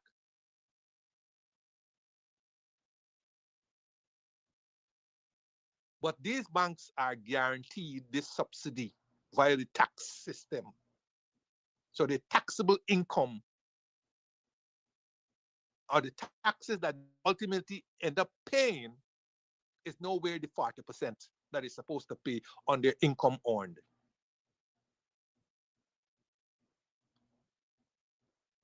Now, as to whether the government should be doing that with commercial institutions or setting up their own development bank is anybody's guess. But those housing is going to be around, and low cost housing will be around for a long time. And while what government should do is study why, say, the Guyana Cooperative Mortgage Finance Bank failed. It had done wonders. One of the reasons it failed is because of the devaluation. A lot of it was the whole structure adjustment environment.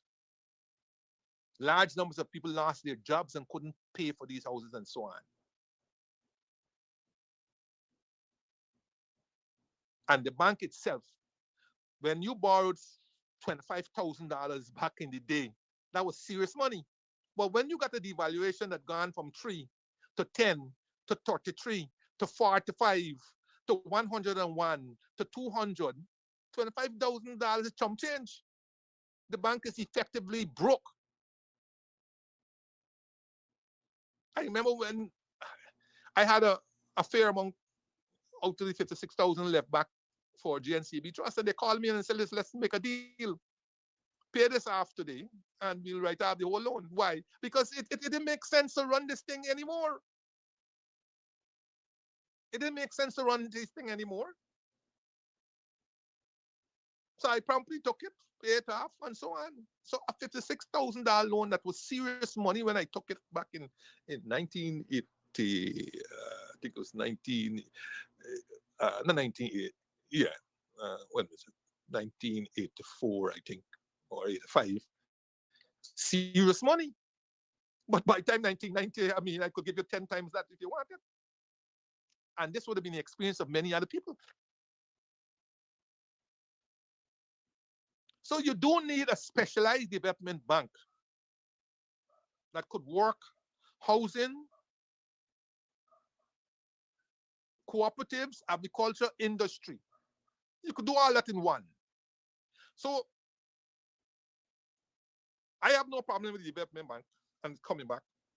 What I have problem with is that I don't feel again that they have done the work, they have done the study to test the feasibility of this bank. How did they, without even doing a feasibility study, says that you're going to set up the bank with 200 million US? Where did they get that figure from? Number one. Number two, where are they getting this money from? Are they taking this money from the oil or natural resource fund? Are they going to be borrowing as they have been doing? And so on. What lessons have they learned from the Guy banks and the Cooperative Mortgage Finance Bank and the GNCB Trust and the GNCB? What lessons have been learned, and how are those lessons being incorporated into this new facility? One of the problems you had with the development bank was cronyism, corruption, misallocation of funds, mismanagement of funds. All this, of course, that went along with the devaluation, high inflation, and the low interest rates, that these banks were forced to lend at. Now this new development bank, it's even worse. They are suggesting zero interest rates lending. Now, I will tell you something. It's better you share risks between government and the borrower than putting all the risks on the government. Because there's no incentive at a zero interest rate for a borrower to be careful, prudent, and so on.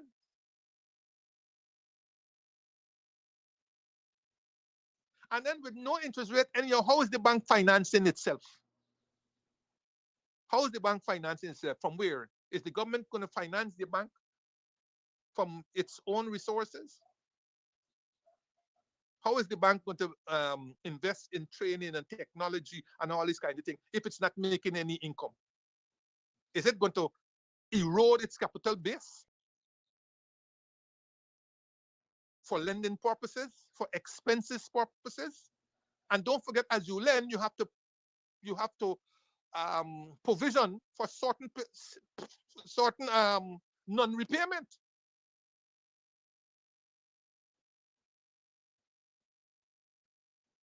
All of these matters we don't know, and it's no white papers out there, no green papers out there, but you hear them working on legislation and whatnot for this bank, and it's supposed to be set up by when?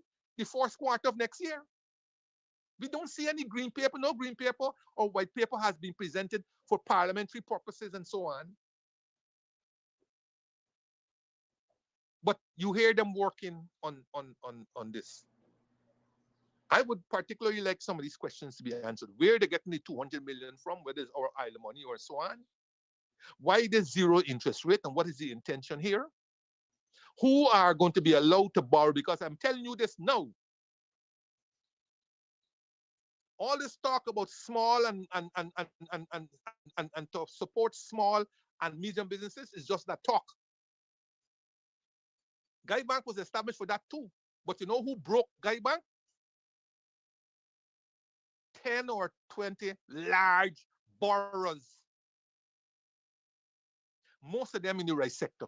No, I ain't ashamed to tell it. It's not less small, puny ones who broke Guy Bank. It's 10. I listen. Look, story got to talk.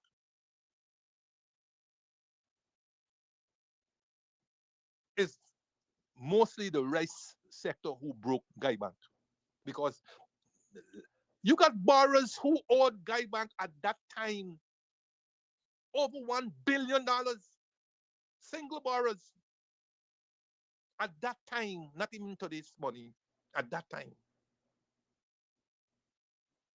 And you got people, rich families, well-known families,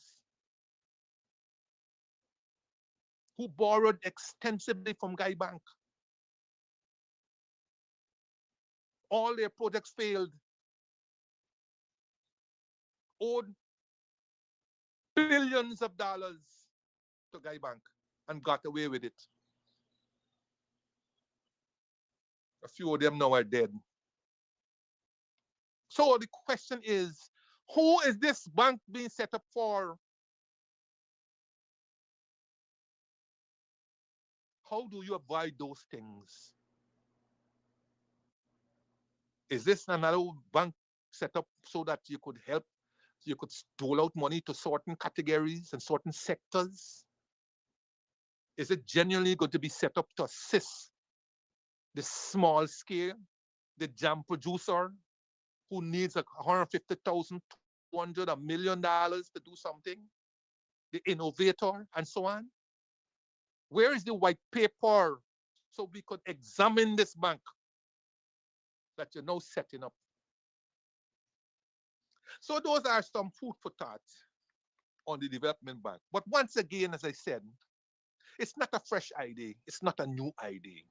It's an idea that originated in the context of this country under the PNC. A range of institutions, indigenous institutions, were established by the PNC in the context of Guyanizing the Guyanese economy. Some measure of success was achieved, some measure of failure was achieved, but we must build on the successes and learn from the failures. And next time you seek to denigrate Morninng and the PNC, ask yourself whether you aren't stealing their ideas and pretending that they are yours. People, educate your people. The PPP is not going to do it. It is not in their interest in this divided country. Educate your people, not about false history, about the true history. You don't have to denigrate Jagan, notwithstanding his communism and socialism. He was a good man. But he had his problems, his foibles, and everything else. You don't have to denigrate Morninng. He was a good man. He too had his. Instead of denigrating our leaders, whether it come down to height or Granger or so on, we should try to understand their perspectives. Where were they coming from? Which blind alley they went down, and how we can avoid those blind alleys instead of sitting down whole day denigrating, planting chip man, black pudding man, and all kind of foolishness that is not enriching us. Not enriching us. Before I go quickly, it looks like the Grinch is going to visit us this Christmas. Why I say so? Well, for one, the promised cash grant before Christmas now seems that it will not materialize. Because after all, in Ali's own words, he will be announcing a slew of measures by year end, including cash grant. If he announces these measures by year end, then we have to wait till next year, and in the budget in particular, before such a cash grant will be paid. And in fact, with more than half of November gone, we're seeing no evidence of either the next sitting of Parliament nor of a bill being laid, in a supplementary bill being laid in Parliament that will allow the activation of such transfers, if such cash transfers, if they are announced. And if anything is to go by at least 35-minute harangues about the European Union last night, when you look at the comments, most of the comments were sucked teeth. I thought he was going to announce the cash grant. So a lot of people are suffering. A lot of people are suffering, and they're looking for their cash grant. In fact, there seems to be some kind of money shortage going on. There are complaints that contractors aren't being paid, vendors aren't being paid. Um, I saw something about pay the people their salary or some thing, even salaries that apparently um, are late. Can't be sure about that. People are complaining that money is not circulating. I thought there was a complaint that they had reserved for the coalition government, but now people are complaining that monies aren't circulating this Christmas season. And let me reiterate, the government, having agreed with the unions, paid the 8% salary increase for 2025. They paid it, I think, in July, after a lot of complaints. Of course, they were waiting to pay it as close as possible to the elections and bring it out again as something that they're doing for people. But this is the first time in decades, then, that no package will be available for public servants.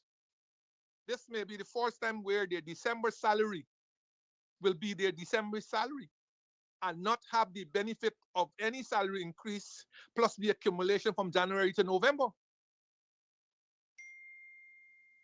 So public servants are now scratching their heads because this is something new. This is something new. And the government is not coming in and saving them by saying, well, listen, we can pay a small bonus. We are going to pay you a bonus of 25,000 or 50,000, or who knows. We're going to pay you a one-off. Just like the discipline services, we're going to pay you a one-off tax-free salary, 1 month salary bonus for December. Pensioners are hoping that Santa Claus rather than the Grinch will be visiting.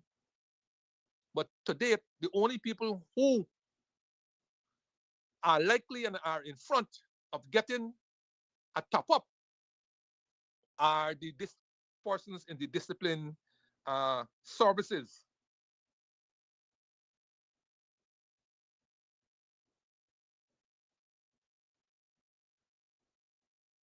But people like Stabrook News and them who are complaining bitterly that their debts are rising, right? They're advertising debts. I think the last time it says $83 million or more. The government is not paying. The government seems short of cash or playing possum. As I said, we also know that businesses have been complaining about the shortage of foreign currency. Some of them are waiting 3 to 6 weeks, if not more, to access small amounts of foreign currency. The half-year report gives the impression that there's no shortage. It's about distribution and timing. And they said this while they're saying that the Bank of Guyana rate is $208.50 per US dollars, even though the Congo rate is $218.17. A quick observation, if that what is reported in the half-year report is accurate, and I have no reason to doubt it, then the Bank of Guyana rate is overvalued. Since that rate is supposed to be established by the weighted average of 3 banks. And the spread between 208 and 218 seems to be considerably large. I also noticed that, no, well, in fact, yeah, I also noticed that some banks, some cambios are selling the US dollar for as much as $232. So something again is going wrong in Guyana at a time when you're supposed to have been flooded with foreign currency. And then I see, for example, Jamaican lawyers who are on this case, this extradition case. They, the Ministry of Home Affairs had approached the Bank of Guyana for the $62,000 to pay these lawyers. I found that to be interesting because such payments should be made from the commercial banks and not the Bank of Guyana. After all, as I recall, the Bank of Guyana is responsible for the payment of debts, meeting petroleum products imports, and small, well, of course, intervene in the market. That's what it uses the reserves for, and small items here and there. But this $62,000 should have been sourced from the commercial banks. The fact that they're approaching Bank of Guyana now for $62,000 is suggesting something.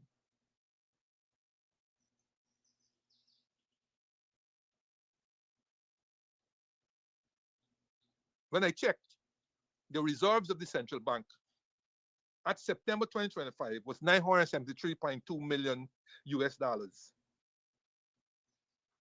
But they didn't, the half-year report did not state how much of import cover this this money could have covered. But when I went back to 2022, reserves at the end of December of 932.4 million, slightly below the reserves at the end of September, could have only covered 1.2 months of import cover. And since imports have gone up significantly between 2022 and now, but the reserves have only increased by roughly 40 million, 41 million, that import cover clearly then would be considerably less, and a huge concern for investors and so on coming into the country as to whether the country can meet not only its debts, but issues to do with transfer of profits, dividends, and others, and meeting other expenditure for services rendered. Maybe they will come out with a statement after they hear this. But finally, it looks like the Grinch will be circulating, because I learned that, again, the National Assembly will be having no Christmas party. It's all right. I don't get invited anymore, but when I was a minister, they used to invite me. There'll be no Christmas party. Instead, there's going to be some hamper. Well, I guess how things are tight and tough, a hamper, good structured hamper, should be better than a Christmas party. But then again, relaxation, how do you measure recreation and relaxation in that context? Camaraderie that Christmas parties afford, and so on. And I've learned other places are not contemplating Christmas parties. Something is going on. Money is not circulating. But Kedaki, we come to the end of another good program. And hopefully, towards again, we can circulate and come back and report to our constituents, which is our viewers and so forth, and try to unpack some of these issues that are emerging. Until then, stay well. The weather looks like it's changing, but we have to live with the weather. Bye.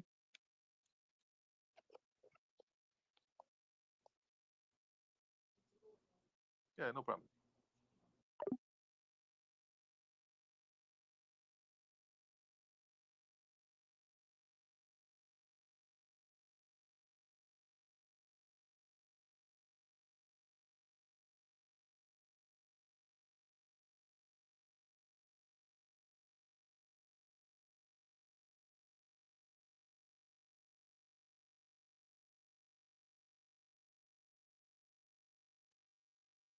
Thank you, Mr. Jordan.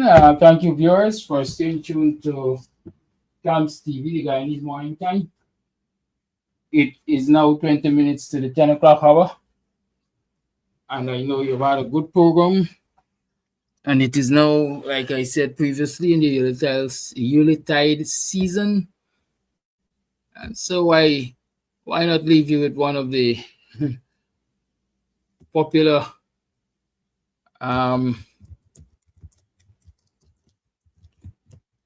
reggae Christmas songs?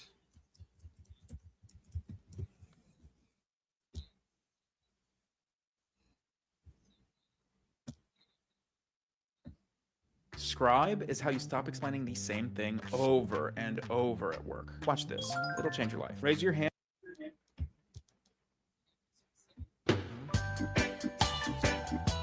We wish you a Irie Christmas.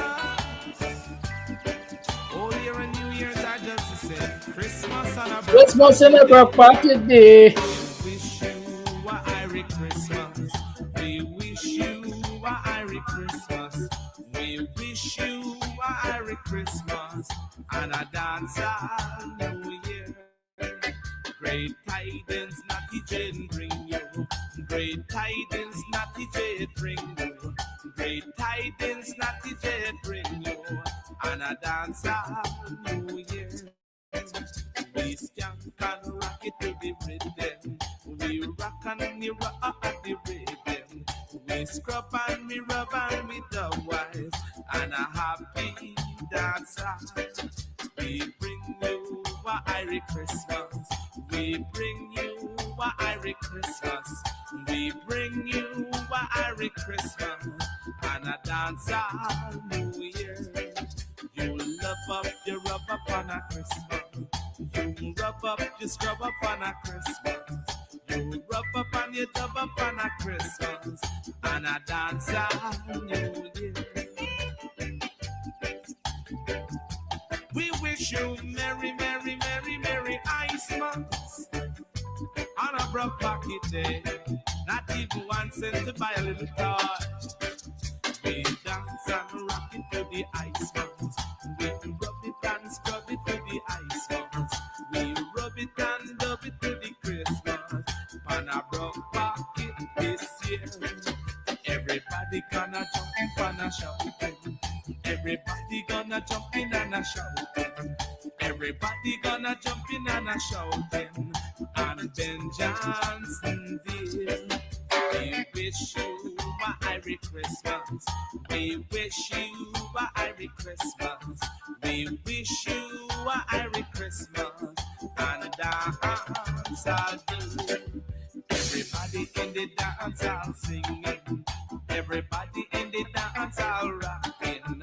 Everybody is skanking and a rocking. And a broke pocket deal. We rub up and a scrub up and a skanking. We skank and a rocking and a moving. We move and a rocking and a dub wise. And a happy New Year. We wish you a Irish Christmas. We wish you a Irish Christmas. We wish you a Irish Christmas.